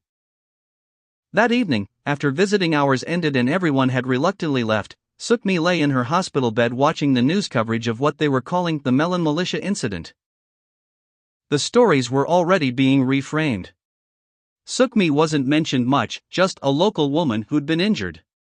The focus was on Hawaiian Shirt, on the militia group, on the truck driver who'd survived an accidental collision with an extremist rally. But on social media, which Destiny showed her before leaving, Suk-Mi was trending again. Asian mom survives shootout number 2. Kim's killer meat shack owner gets actually shot this time.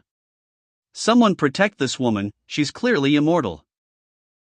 Kayla had posted a long thread about her mother's resilience, about raising 6 kids alone, about surviving everything the universe threw at her. Marcus had shared it, adding his own story about growing up with Suk-Mi as a mother, about her imperfect love that was somehow always enough. Even Ricky, from Costa Rica, had somehow found it and commented, "My mama's a badass. Always has been.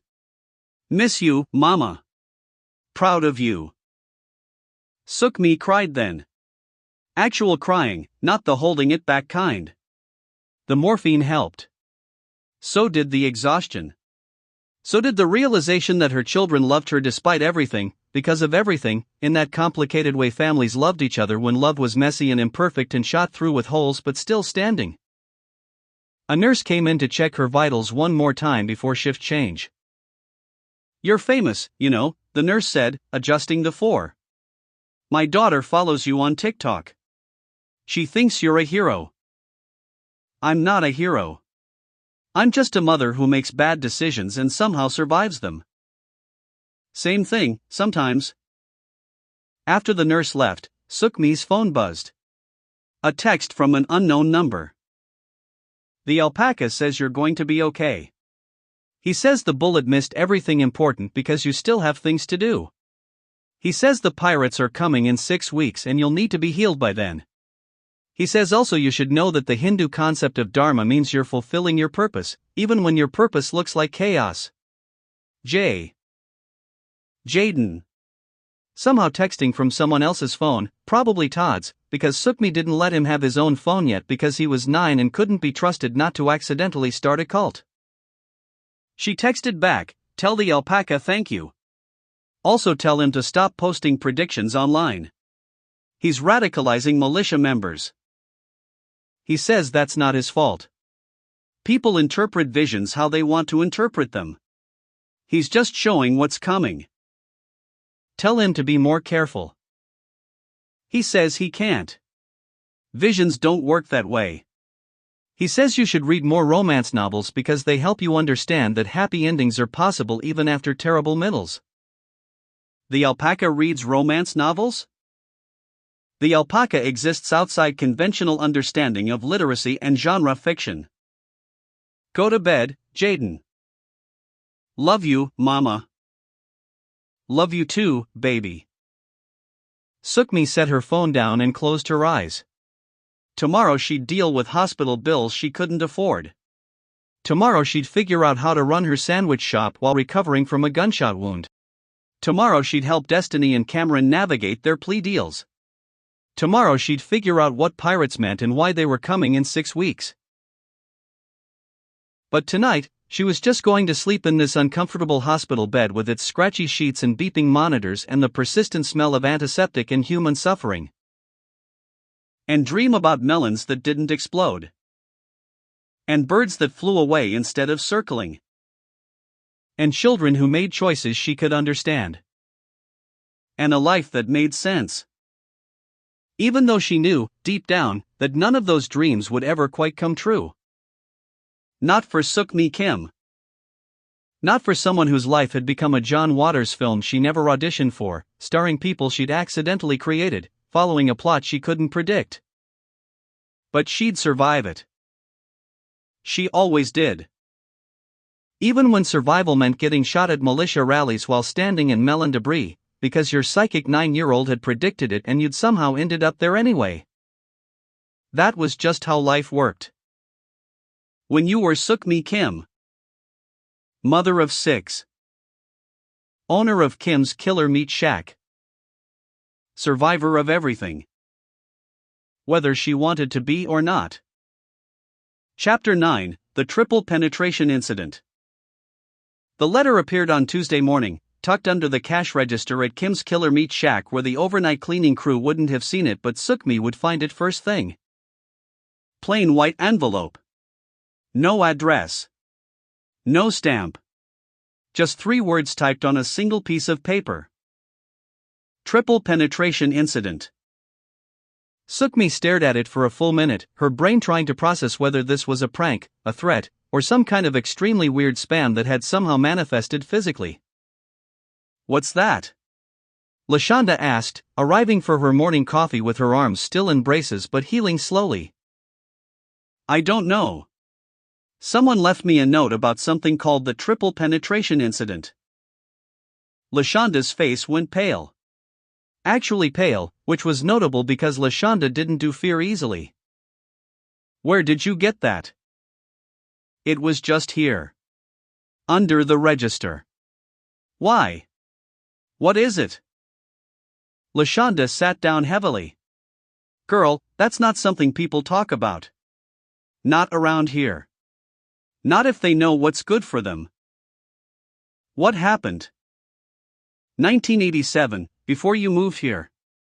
There was this bar Rusty's, down on North Main, that's not there anymore. Got demolished in the 90s, they put a CVS there now. One night, 3 men walked in. Nobody knows why, nobody knows what started it. But there was a fight. A bad fight. When it was over, 5 people were dead, a dozen more in the hospital. Why is it called the triple penetration incident? Because 3 of the dead were stabbed, penetrated, with bar equipment. Pool cues, broken bottles, a beer tap somebody ripped off the counter. It was brutal. The kind of thing that makes news nationally. But it didn't. Why not? Because people in power made sure it didn't. The men who started the fight, they were connected. Rich families, political families. The kind of people who can make things disappear. They paid off witnesses, bought silence, buried the story so deep it might as well have never happened. Anyone who tried to talk about it, bad things happened to them. Lost jobs. Lost houses. One guy ended up in a car accident that nobody believed was an accident. Suk-Mi looked at the note again. Why would someone send this to me? I don't know.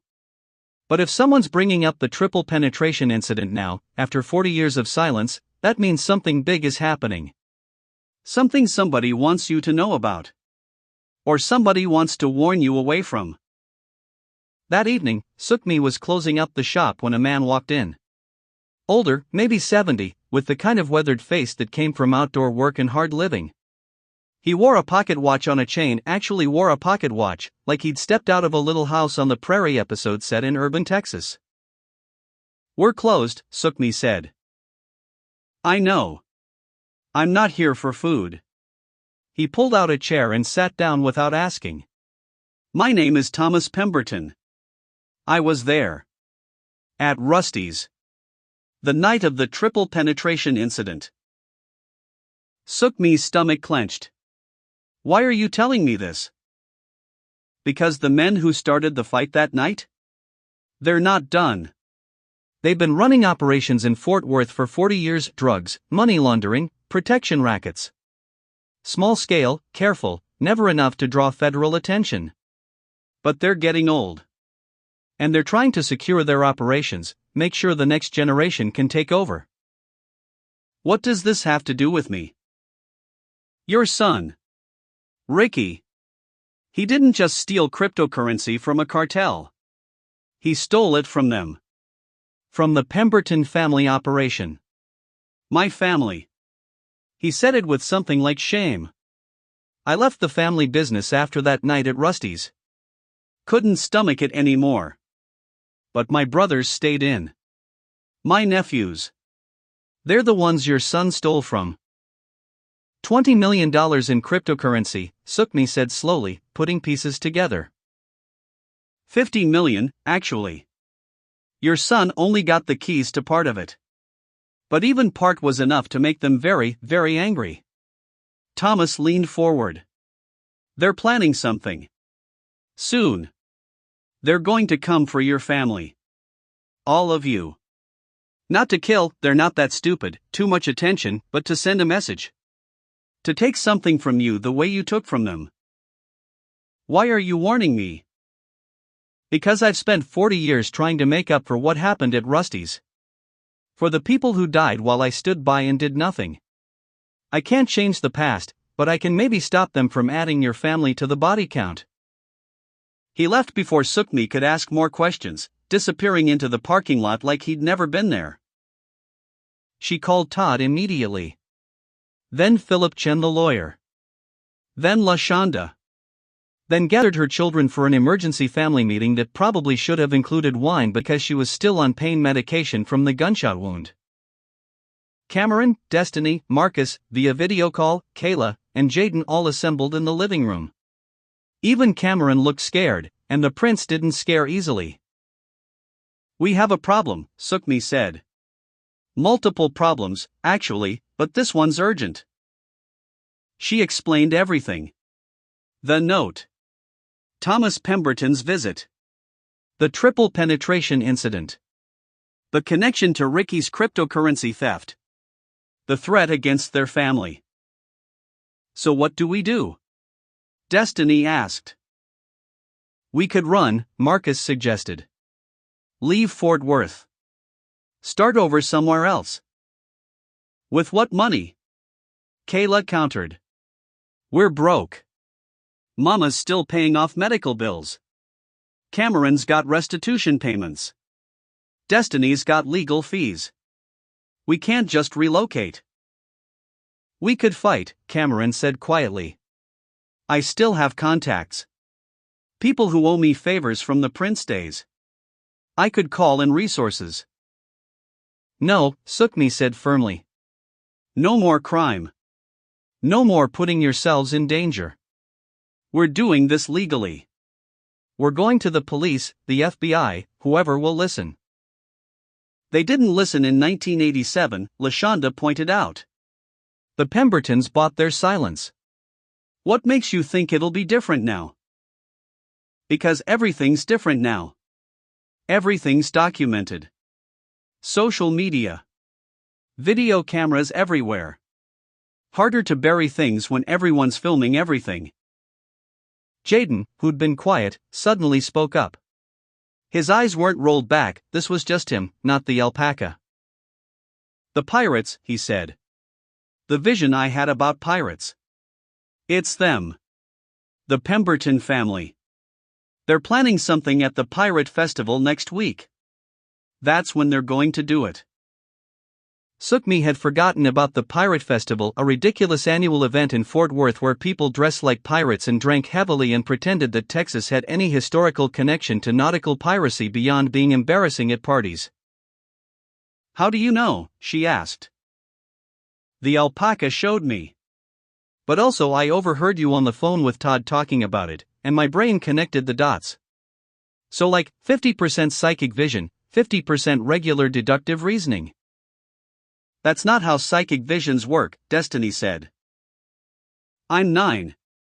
I'm still figuring out my process. They spent the next 2 hours planning. Todd arrived with 2 of his security team members. Philip Chen came with legal documents and recording equipment. LaShonda showed up with a baseball bat she'd somehow managed to carry despite her arm braces, because LaShonda's solution to every problem involved being prepared to hit something. The plan was simple: go to the Pirate Festival, document everything, and if the Pembertons made their move, catch it on camera while Todd's security team kept everyone safe. Then take the evidence to the FBI, the media, anyone who would listen. It wasn't a great plan. But it was the only one they had. The Fort Worth Pirate Festival happened every year in a park near the Trinity River, in a space that smelled like barbecue and bad decisions. People dressed in elaborate costumes, tricorn hats, eye patches, puffy shirts that looked like they'd been purchased from the Halloween clearance bin at Target. There were activities for kids, beer for adults, and a general atmosphere of manufactured whimsy that felt very Texas in its commitment to theme events that made no geographical sense. Suk-Mi brought everyone. All her children except Ricky, who was still in Costa Rica but had been video calling daily since he'd heard about the threat. Todd and his security team. LaShonda with her bat and her braced arms. Even Philip Chen, wearing what might have been a pirate costume or might have been a very unfortunate choice of business casual. They spread out through the festival, staying in sight of each other, phones ready to record, waiting for something to happen. At 3 p.m., it happened. A truck rolled into the festival grounds. Not a big truck, just a panel van, the kind you'd use for deliveries. It parked near the main stage where a Jimmy Buffett cover band was murdering Margaritaville with steel drums and excessive enthusiasm. 6 men got out. Not wearing pirate costumes. Wearing normal clothes. Looking very much like men with a purpose, and that purpose was violence. Thomas Pemberton had been right. The lead man, maybe 50, with silver hair and the kind of face that suggested he'd paid for several sports cars with money from illegal enterprises, walked straight toward Suk-Mi. Suk-Mi Kim, he said. Not a question. A statement. I'm Richard Pemberton. We need to talk about what your son took from us. We're in a public place, Suk-Mi said, her voice steadier than she felt. Surrounded by families and children and at least 30 people filming everything on their phones. Whatever you're planning, you should rethink it. Oh, we're not planning violence. We're civilized people. He smiled. It was not a reassuring smile. We're planning a trade.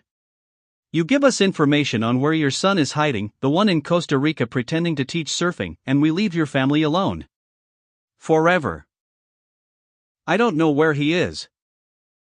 You're his mother. Of course you know. Even if I did know, I wouldn't tell you. You'd kill him. We wouldn't kill him. We'd just make him wish he'd never stolen from us. There's a difference. That's when Hawaiian Shirt appeared. Not Hawaiian Shirt, Marcus Chen was in federal custody. But his cousin, who looked remarkably similar and was also named Marcus Chen because apparently the family had limited naming creativity. Marcus Chen too walked up to Richard Pemberton and said, very clearly, that's enough. This ends now. Who the fuck are you? Richard asked.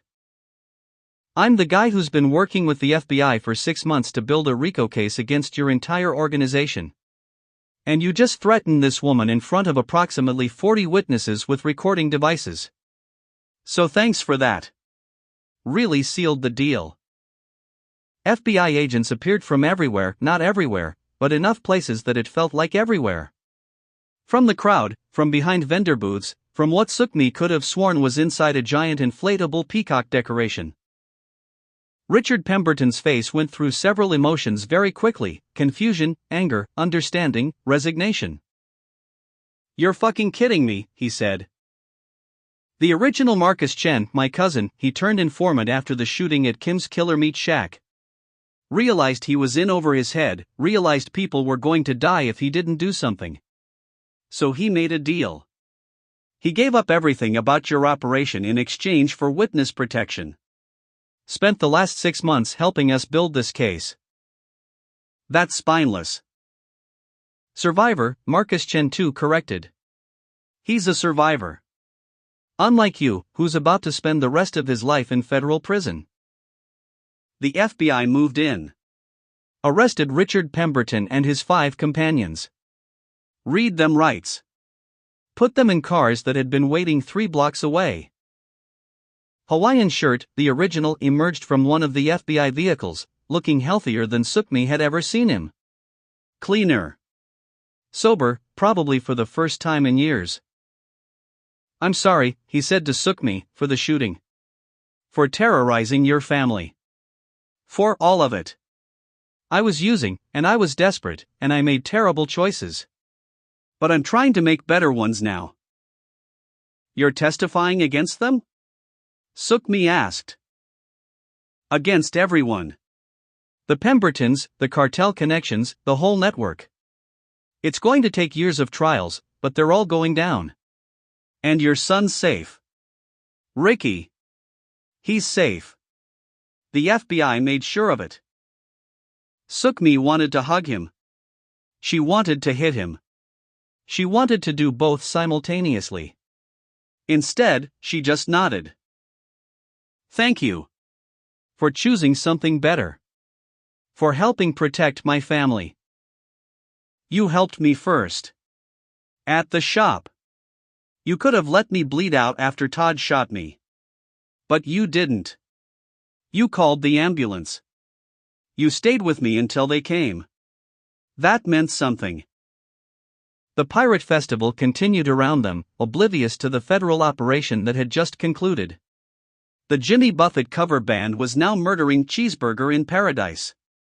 Children ran around with plastic swords. Adults drank rum from commemorative cups shaped like pirate skulls. LaShonda approached, still holding her baseball bat. So we're good? The bad guys are arrested?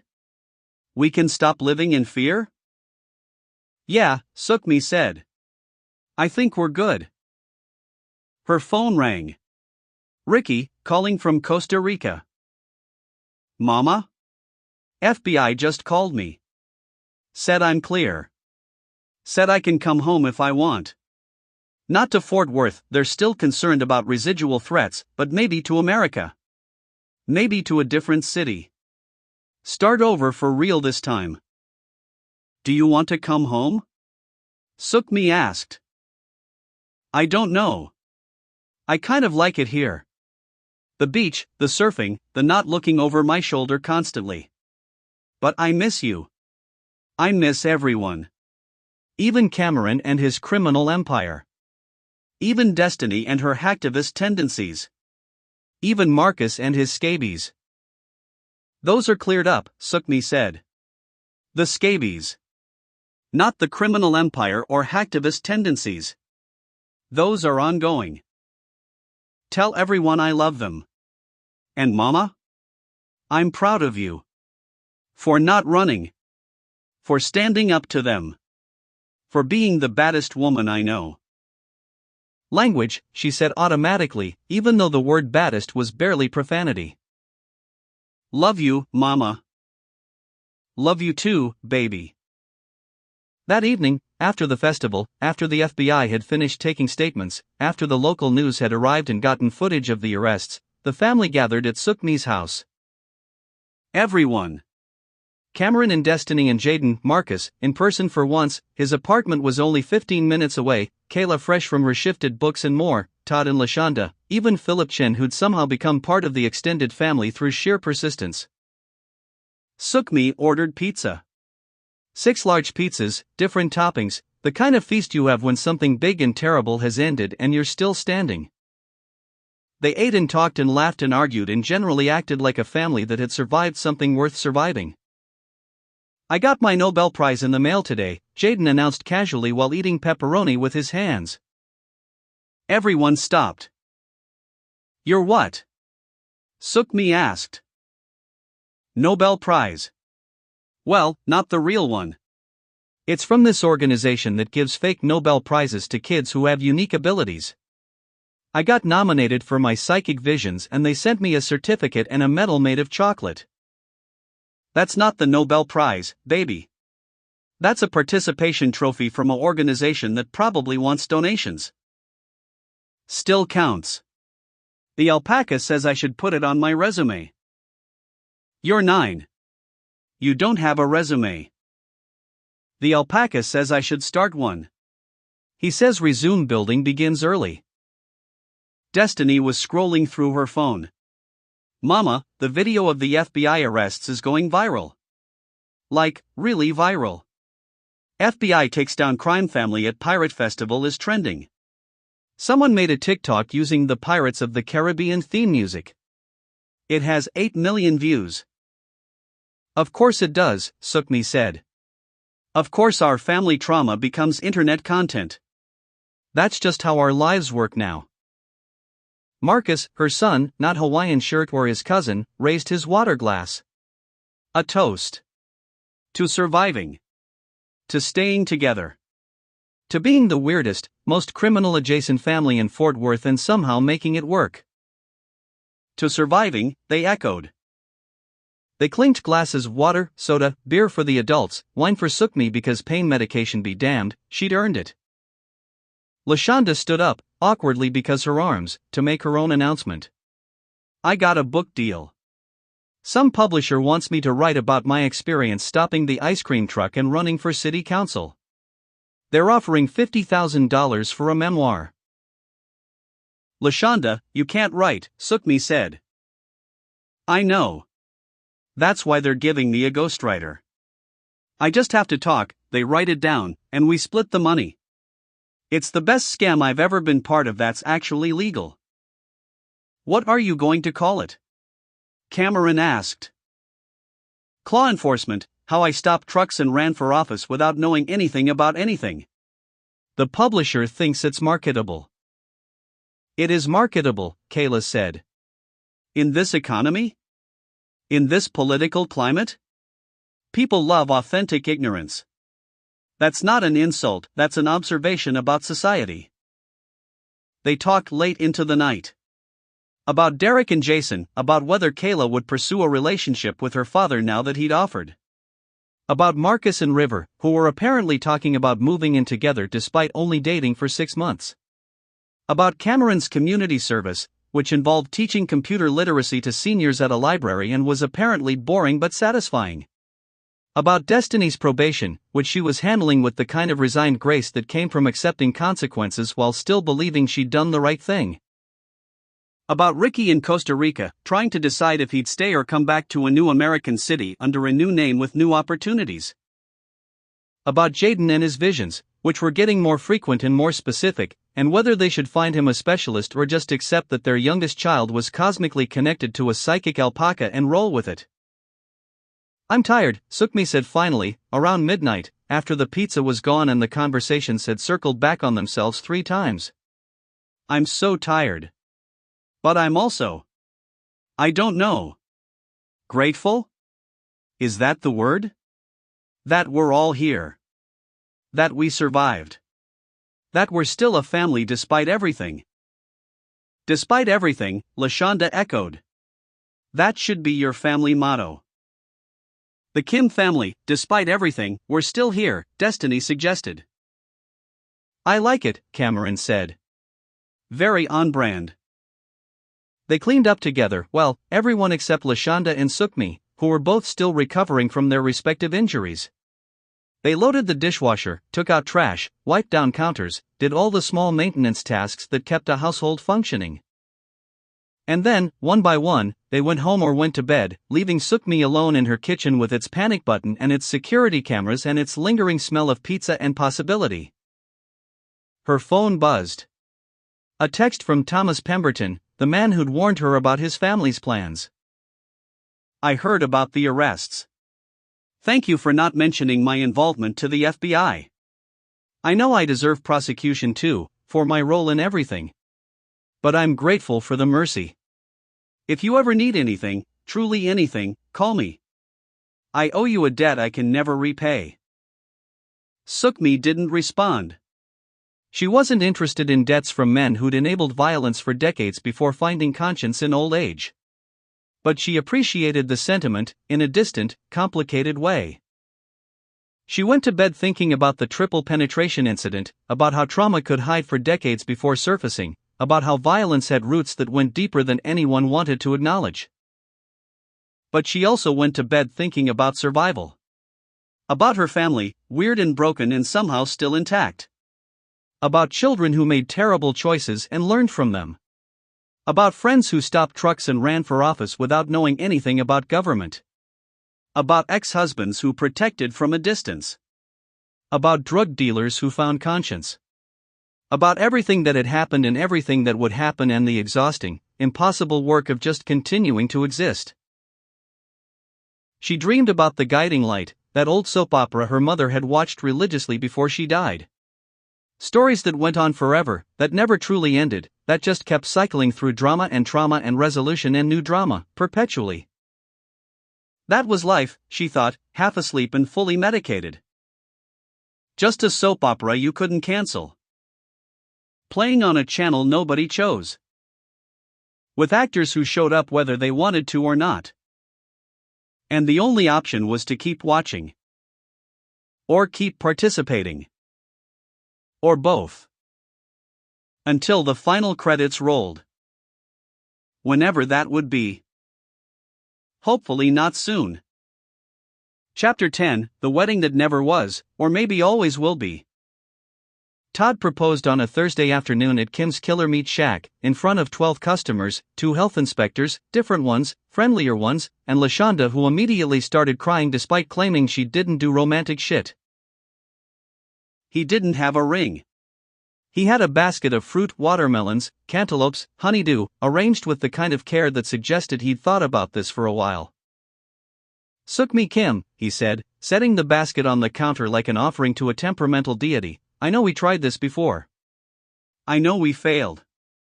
I know 31 days in Vegas doesn't qualify as a real marriage by most people's standards.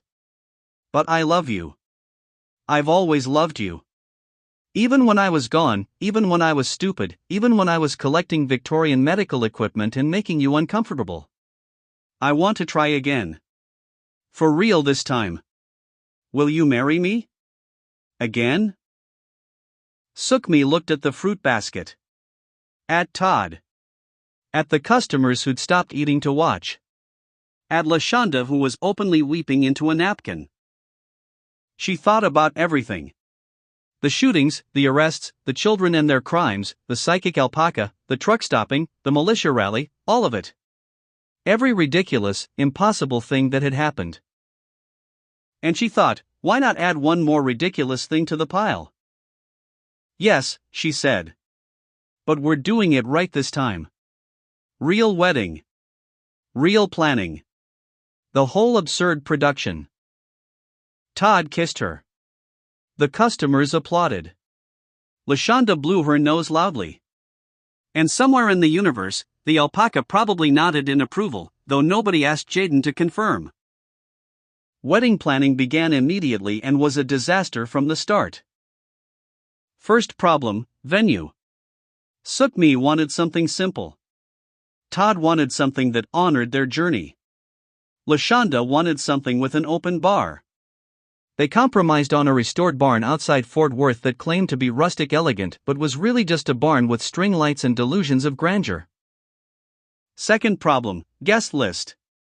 Suk-Mi had 6 children, 5 baby daddies, 3 of whom she was still speaking to, approximately 7 ex-husbands if you counted the commitment ceremony with Derek, extended family she barely knew, regular customers from the shop, and people from the internet who felt personally invested in her life because they'd watched her go viral multiple times. Todd had his security team, some guy named Blaine from his Victorian medical equipment collecting group, and a sister in New Orleans who bred peacocks for reasons nobody understood. They settled on a guest list of 80 people, which immediately became 140 when people started asking if they could bring plus ones and emotional support animals. Third problem, the dress.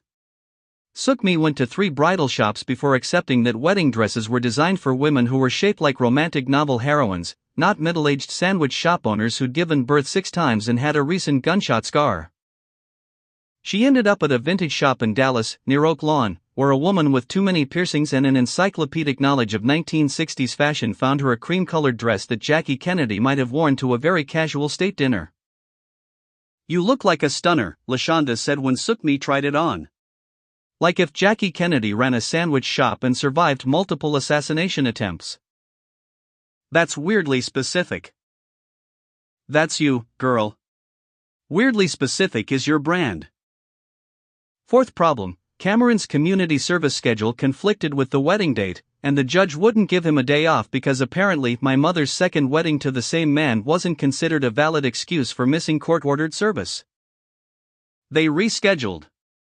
Then rescheduled again when Destiny's probation officer scheduled a mandatory check-in for that day.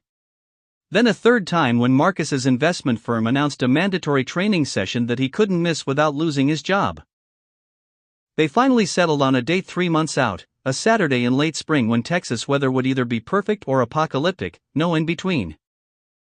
The week before the wedding, disaster struck in multiple forms. Monday, the caterer called to say they'd been shut down by health inspectors for body lice found in the kitchen. Body lice.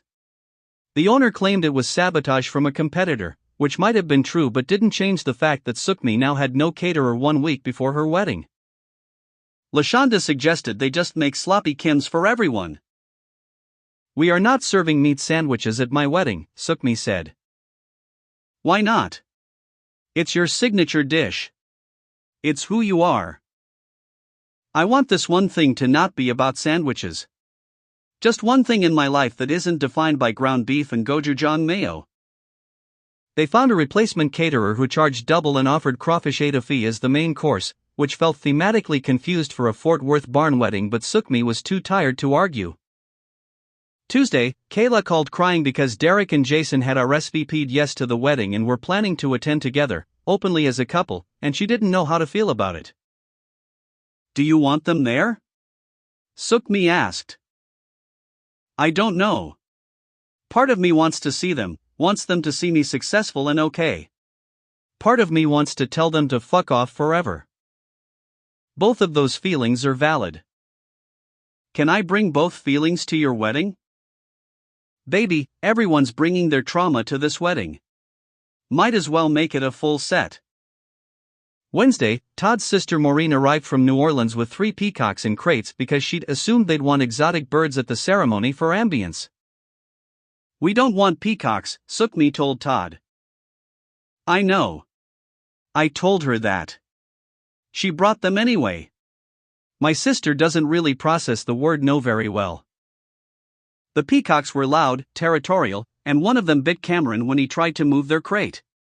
They spent the next 3 days in Todd's backyard, screaming at dawn like they were being murdered, much to the delight of his neighbors who'd apparently been looking for a reason to file noise complaints. Thursday, the barn venue called. There had been a small fire. Not big enough to cancel the wedding, but big enough that there was now a charred section of wall that they were working on addressing before Saturday. How did the fire start? Suk-Mi asked. We're not entirely sure. Something about string lights and faulty wiring and possibly a raccoon. A raccoon started a fire? Nature is unpredictable, ma'am. Friday, Jaden had a vision. A big one. Eyes rolled back, speaking in that wrong voice, the whole production. He was at the dinner table when it happened, surrounded by family who'd gathered to help with last-minute wedding preparations. The Lone Ranger rides at midnight, not Jaden said. The watch ticks backward. The prairie house burns but everyone survives. The light guides but also blinds. The fruit basket contains truth. The truth contains nothing. Nothing contains everything. Then he blinked, normal again, and went back to eating mashed potatoes. What the fuck was that? Destiny asked. Wedding prophecy, Jaden said in his regular voice. The alpaca says something important is going to happen at the ceremony. He's not sure what. Time is weird and metaphors are confusing. Great, Suk-Mi said. My psychic son's alpaca is predicting cryptic wedding drama. That's exactly what I needed this week. Cameron pulled out his phone, Googling frantically. The Guiding Light, that was a soap opera that ran for like 70 years. Little House on the Prairie is obvious. Lone Ranger is a cowboy thing. Pocket watches tick forward, not backward, unless time is literally reversing. Fruit basket. The proposal, Marcus said. Todd proposed with a fruit basket. So what does it mean? Kayla asked. No idea, Cameron admitted. Could mean everything. Could mean nothing. Could mean Jaden's metaphor processing is getting weirder as he gets older. I'm 9, Jaden said defensively. My metaphor processing is age appropriate. That night, Suk-Mi couldn't sleep. She lay in bed thinking about the wedding, about Todd, about the absurd journey that had brought her back to marrying the same man she'd married in Vegas 7 years ago. She thought about her children, all 6 of them, scattered across Texas and Costa Rica, making their messy lives work despite everything. About Ricky, who was maybe coming to the wedding or maybe not, he was still deciding. About Cameron and his community service, learning to code legally now, teaching seniors at the library. About Destiny and her probation, her feminist literature, her unwavering conviction that she'd done the right thing. About Marcus and River, who'd sent a gift registry contribution with a note that said, "Congratulations on finding love twice with the same person, that's statistically fascinating." About Kayla at books and more, making peace with her father's existence if not his choices. About Jaden and his visions, this strange child who saw things nobody else could see. She thought about LaShonda, about friendship that survived everything, about arms that stopped trucks and hearts that refused to quit. She thought about Kim's Killer Meat Shack, about building something from nothing, about meat and mayo and cream cheese becoming a legacy. And she thought, this is enough. Whatever happens tomorrow, this life has been enough. Saturday arrived with perfect Texas weather, 75 degrees, slight breeze, sky so blue it looked painted. The barn looked better than expected, the fire damage had been covered with flowers, turning disaster into decoration. The peacocks had been corralled into a separate area where they couldn't attack guests but could provide ambience from a safe distance. The caterer arrived with vats of crawfish étouffée that smelled incredible and thematically confused, but nobody cared anymore. Guests arrived. All of them. Derek and Jason together, looking nervous but present. Marcus, son, with River, who was stunning in a purple suit. Kayla in a dress she'd probably bought with her books and more employee discount. Destiny and Cameron in formal wear that made them look like adults instead of the teenagers they'd been just months ago. Jaden in a tiny suit, pocket watch hanging from his vest because he'd insisted it was important for the prophecy. LaShonda was maid of honor despite her arms still being in braces. She wore a dress the color of peacock rage as she described it, with her hair done up and makeup that made her look like she could rule a small country if she wanted. Ricky had sent a video message from Costa Rica, his face tan and happy, saying he couldn't make it but loved them all and wished them happiness and would they please name their first child together after him, which would be awkward since Suk-Mi was done having children and also Ricky was a terrible name for a baby. Todd's sister Maureen was there with her peacock breeding enthusiasm. Philip Chen attended as a guest instead of a lawyer for once.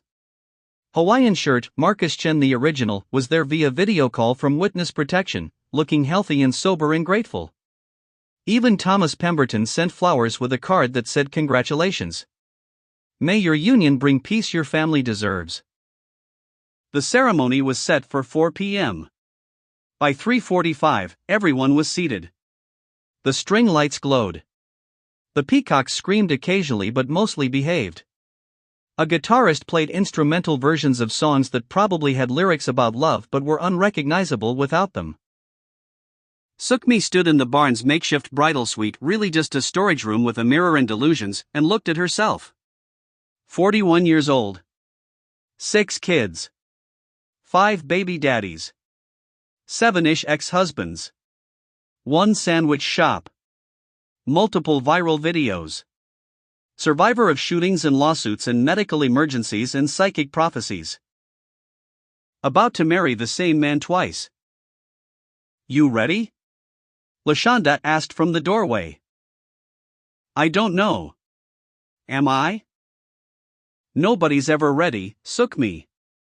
You just do it anyway and figure it out as you go. That's terrible advice. It's the only advice that matters.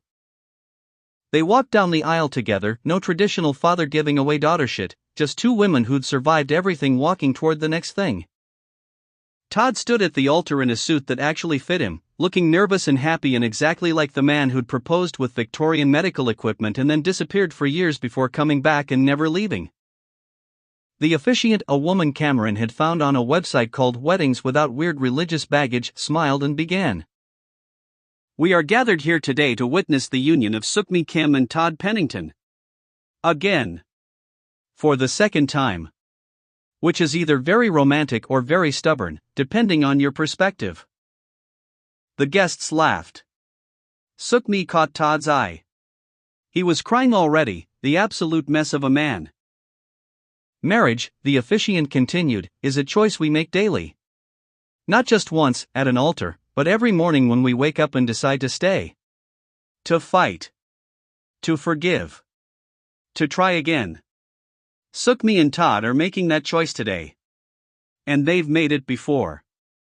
And they'll make it tomorrow. And that's what matters. She asked for the rings. Cameron stepped forward with them, simple bands, nothing elaborate, purchased from a jeweler in Dallas who'd given them a discount after recognizing Suk-Mi from the viral videos. Todd, do you take Suk-Mi to be your wife? To love and support through sandwich shops and criminal children and psychic alpacas and all the chaos that seems to follow this family wherever they go? I do, Todd said, his voice steady despite the tears. Suk-Mi, do you take Todd to be your husband? To love and support through security jobs and Victorian medical equipment collections and protective stalking behaviors that are problematic but also kind of sweet?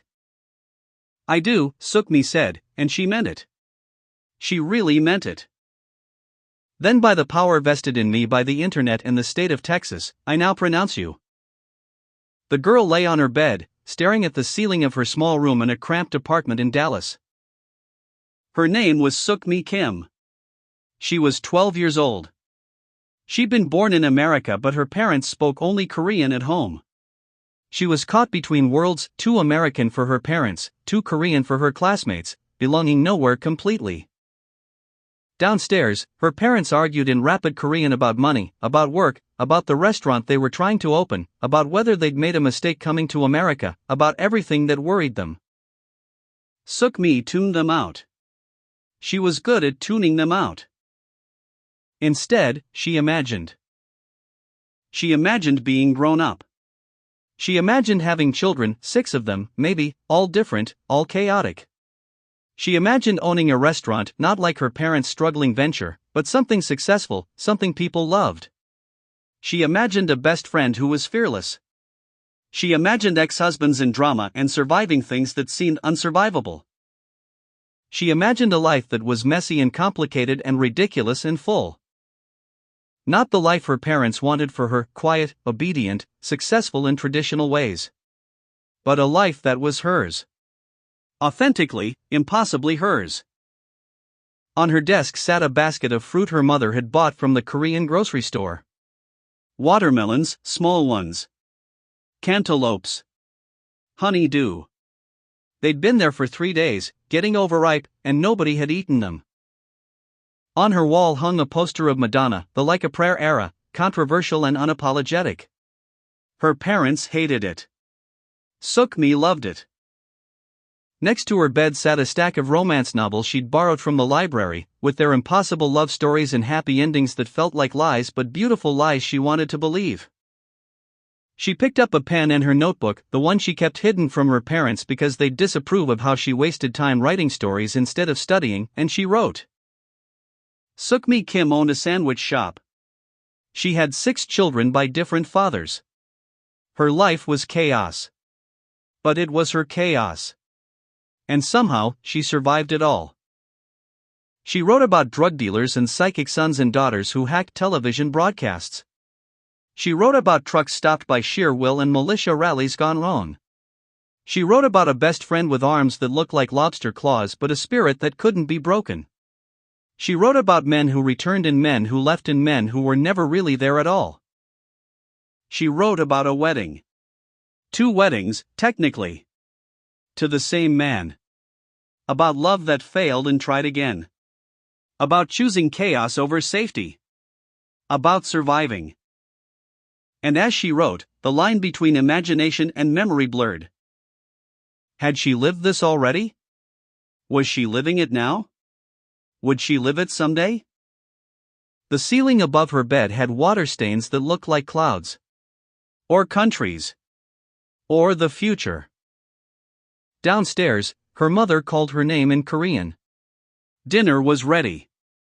She needed to come down. Stop wasting time. Stop dreaming. Suk-Mi Kim, 12 years old, caught between worlds, belonging nowhere, closed her notebook. But before she went downstairs, she looked at the fruit basket. The watermelon had a crack in it. Just a small one. And through the crack, she could see. What? Red flash? Seeds? Or something else? She blinked. Just a watermelon. Just fruit. Nothing more. But maybe something more. Maybe everything more. She touched the crack gently, and for just a moment, less than a moment, a fragment of time so small it might not have happened, she felt it pulse. Like a heartbeat. Like a promise. Like a story that was already written but hadn't been lived yet. Or had been lived but hadn't been written yet. Or was being lived and written and imagined all at once, in overlapping timelines that made sense only to 12-year-old girls who existed between worlds. Her mother called again. More insistent this time. Suk-Mi Kim went downstairs to dinner, leaving her notebook open on her bed, the last sentence unfinished. And they lived. The pen rolled off the desk. The fruit basket sat there, silent, full, waiting. The poster of Madonna watched with paper eyes. And somewhere in the multiverse of possibility, in a barn outside Fort Worth, in a timeline that maybe existed or maybe never would, an older Suk-Mi Kim stood at an altar with a man who'd loved her twice, about to say I do for the second time. The officiant smiled. I now pronounce you. And in both timelines, the imagined and the real, or the real and the imagined, or both real or both imagined, or neither, or something else entirely. The sentence remained unfinished. The promise unmade. The future uncertain. The story incomplete. Because some stories don't end. They just pause. Waiting for someone to pick up the pen and finish writing. Or start living. Or both. Or neither. Or something else entirely. In the apartment in Dallas, 12-year-old Suk-Mi Kim ate dinner with her parents. Rice, kimchi, bulgogi her mother had prepared with care and worry. They asked about school. She said it was fine. They asked about friends. She said she had some. They asked about her future. She said she didn't know yet. And that night, before bed, she wrote one more sentence in her notebook. The story isn't over. It never really is. Then she closed the notebook, turned off the light, and dreamed of watermelons exploding like prophecies, and children who saw the future, and women who survived impossible things, and sandwiches that changed the world, and a life that was messy and complicated and absolutely, impossibly, beautifully hers. Whether it had happened or would happen or was happening now. Whether it was real or imagined. Whether it mattered at all. It was hers. And that was enough.